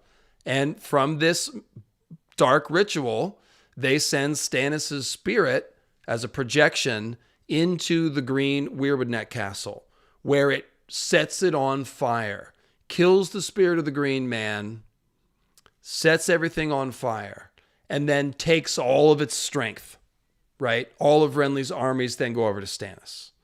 Then we come to Storm's End, which is a castle protecting a big old weirwood tree. And Stannis again, we got to get inside the weirwood tree. How are we going to do it? More sex magic with Melisandre. Shadow Baby goes inside, kills the guardian of the garden, Courtney Penrose, and then they uproot the weirwood tree and burn it. So just like Renly's castle burned, they burn the Storm's End weirwood. Now Storm's End itself turns into the mushroom cloud the night before when Kat sees it. It's like a fist, a rising fist, and it's like a black darkness, darker than the sky, blotting out the stars. So it's a rising mushroom cloud shape. It's blotting out the stars. You could think about it as symbolizing the column of smoke rising from the burning weirwood that she burns. Just like in Numenor, with burning the Nimloth tree and creating the black smoke that blots out the stars. It's the same idea over and over and over again. And so who's doing all this? It's a demonic horned god copulating with, doing sex magic or whatever with Melisandre. And also occasionally burning innocent people like the other Florent, and they want to burn Edric, and Shireen's going to get burned. So, Also, they burn the gods. Oh, they burn the wooden gods on Dragonstone, too. That's what I wanted to point out. So it's not just the Weirwoods, which are avatars of the old gods he burns, but he burns the images of the seven. So what is he doing? He is casting down the old traditional gods of the First Men and of the Andals. We got to make that point. He's casting down these polytheistic gods, or this more plural, because the seven are actually one. It's more of a plural monotheism. But what is he doing, though? He's replacing them with one singular god, a foreign god that is not popular with the general populace. He's got a couple followers, the Queen's Men, who have converted to Rolorism. But for the most part, Rolorism has not gotten a strong foothold in Westeros. Not like it has in Essos, like in Volantis. No, that's a great point. It's thematically the same as Akhenaten and Elagabalus and Nefren Ka. Yeah. Same thing. And this, like, literally where they burn the gods, and again, the smoke rises, and it's supposed to be morning, The chapter opens, the morning air was dark with the smoke of the burning gods. That's the first sentence in that Davos chapter. So literally, we're darkening the day, we're darkening the dawn, stealing the dawn by burning the gods and sending up the smoke. Now, the great thing about the seven is that even though they represent the seven, which makes it a current thematic overthrowing of the gods, they represent the Weirwood gods because they are carved pillars of wood. So just like the Weirwood trees are carved faces, the old gods, these are carved pillars of wood. There used to be the masts of ships, which ties us back to the Grey King and his wooden ship, which was named after a dragon. And those ships were the Targaryen ships. They're dragon ships that came to Dragonstone. So very tight correlations. And the smoke is rising. Yeah. So it's so tight. It really is. And so many references to Numenor like this, as well as all the stuff that Tim has said. Like, there's got to be a Nimloth part where they're transplanting the tree. It just seems like there has to be. So if I could start to put a bow on this, I would say that the story we might have is, how did the Weirwoods get to Westeros? They might not have always been here. It could be that the Green Men brought them here. Like, Garth the Green planted Weirwoods, right? I believe so. That's what it says. That's what So it says. that could be the story. The Green Men could have brought the Weirwoods. We don't know when. Probably long before the Long Night, but maybe it wasn't. Maybe it was then, because it's after the Long Night that the first men start worshiping the old gods, according to our timeline heresy about the Pact. The Pact is when the Hammer of the Waters, right after the Hammer, and the Hammer is a Long Night meteor. So right after the Long Night is when we form the Order of Green Men and make the Pact and worship the old gods. So yeah, maybe that's when they brought Weirwoods to Westeros. And then the other idea is just that it was multiple waves of immigration and that they brought the Weirwoods to Westeros before, and then later when Bloodstone Emperor attempts to corrupt the Weirwood network, the ones on Westeros are the only ones left.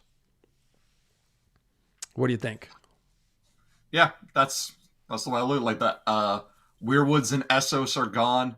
Westeros is their new home, and so for people to continue what was being done in sort of a repeat of the Great Empire of the Dawn needs to be undertaken in a new land, and that's why we see all this repetition of things from the ancient Far East now happening in our main story on a completely separate continent.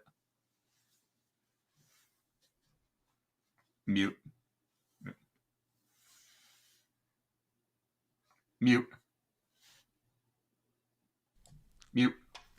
I think that's the story. And I see your comment there, Bong Full of Snakes, but I'd have to research that to be able to talk about that. I can't repeat stuff like that without knowing what I'm talking about. But that's interesting. I will check into that. I don't know that that's where George would be drawing from, but let's see here. I think that's all the idea. I think that's everything I wanted to cover. That's it. So yeah, Bloodstone Emperor might be a Greenseer, and it's instead of him breaking into the Weirwood net, it's more like it's like modifying it, or maybe we should mention there could be a division, between Essos and Westeros. The whole thing about the breaking of the Arm of Dorne is that it severed the land. This happened at the same time as a Long Night. So this could have severed these two networks. And maybe that's why Azor Ahai, Bloodstone Emperor, or whoever, is coming to Westeros at Battle Isle and invading and trying to get into this Weirwood network. Maybe the other one was broken, essentially. The one in Essos might have been totally destroyed in Asshai, Yeah. All that's remaining, and then what's left is just this ground zero type Stagai thing where only the shadow binders will venture. What was your question, Steer Pike? I'm looking in the chat here.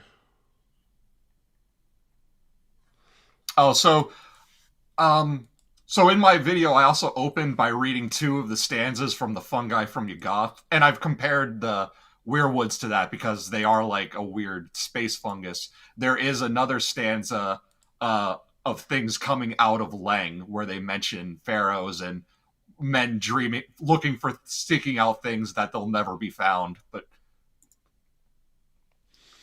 could be. I'm not sure if it's relevant, but it just sounds interesting. We've changed the expectations to the point where I'm wrapping it up after 3 hours of people are like, what?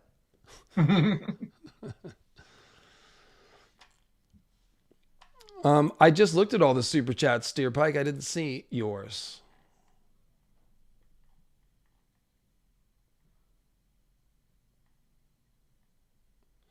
Maybe there was an entity in the Black Stone. We talked about that. We talked about that like 5 different ways. Yeah, We like talked about Nissa Nissa potentially going into Lightbringer as going into the Black Stone, being similar to the moon goddess idea from Lovecraft. And then we've talked about the Black Stone as potentially channeling some sort of dark god as well. yeah, because the difference is like yeah, in Lovecraft there is an entity in the dark, or at least entities that can be summoned by the Darkstone. Whereas with George, George has said we're never going to see literal gods on page, but we do feel their influence. That's why I said the hand that comes out of the ether and gives world events a little push. There are things that lead you to believe, like maybe this is real, maybe the old gods are real, maybe R'hllor is real. It's funny that the Seven is the most prominent religion in Westeros, yet they seem to have the least influence on world events.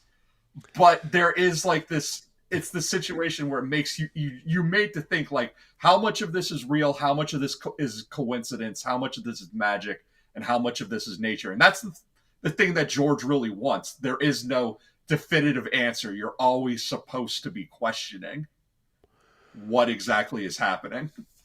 And that reminds me, we probably should mention also, this is kind of where the idea that the others are starseed or alien visitors, because they're coded kind of like visitors and they've got stars in their eyes and stuff, like, well, the others are created out of this defilement of the weirwood net that comes from the meteor landing. We talked about the grave worms, the roots, digging into the meteor corpse, all the ideas about wormwood and meteor poisoning the land from the Gardner farm. So it could be that if there's an alien intelligence riding along with the black meteors, that this is what invaded the weirwood net. And that like all these Bran and all them, when they're hooking up to the hive mind, like they're hooking up to some sort of alien mind that's inside the weirwood net. And the actual original weirwood net hive mind is the others, got kicked out. So it could be really weird what's happening. Yeah. And that's because I brought up like the god on Earth, him ascending to the stars in a pearl palanquin, sounds like a UFO taking off.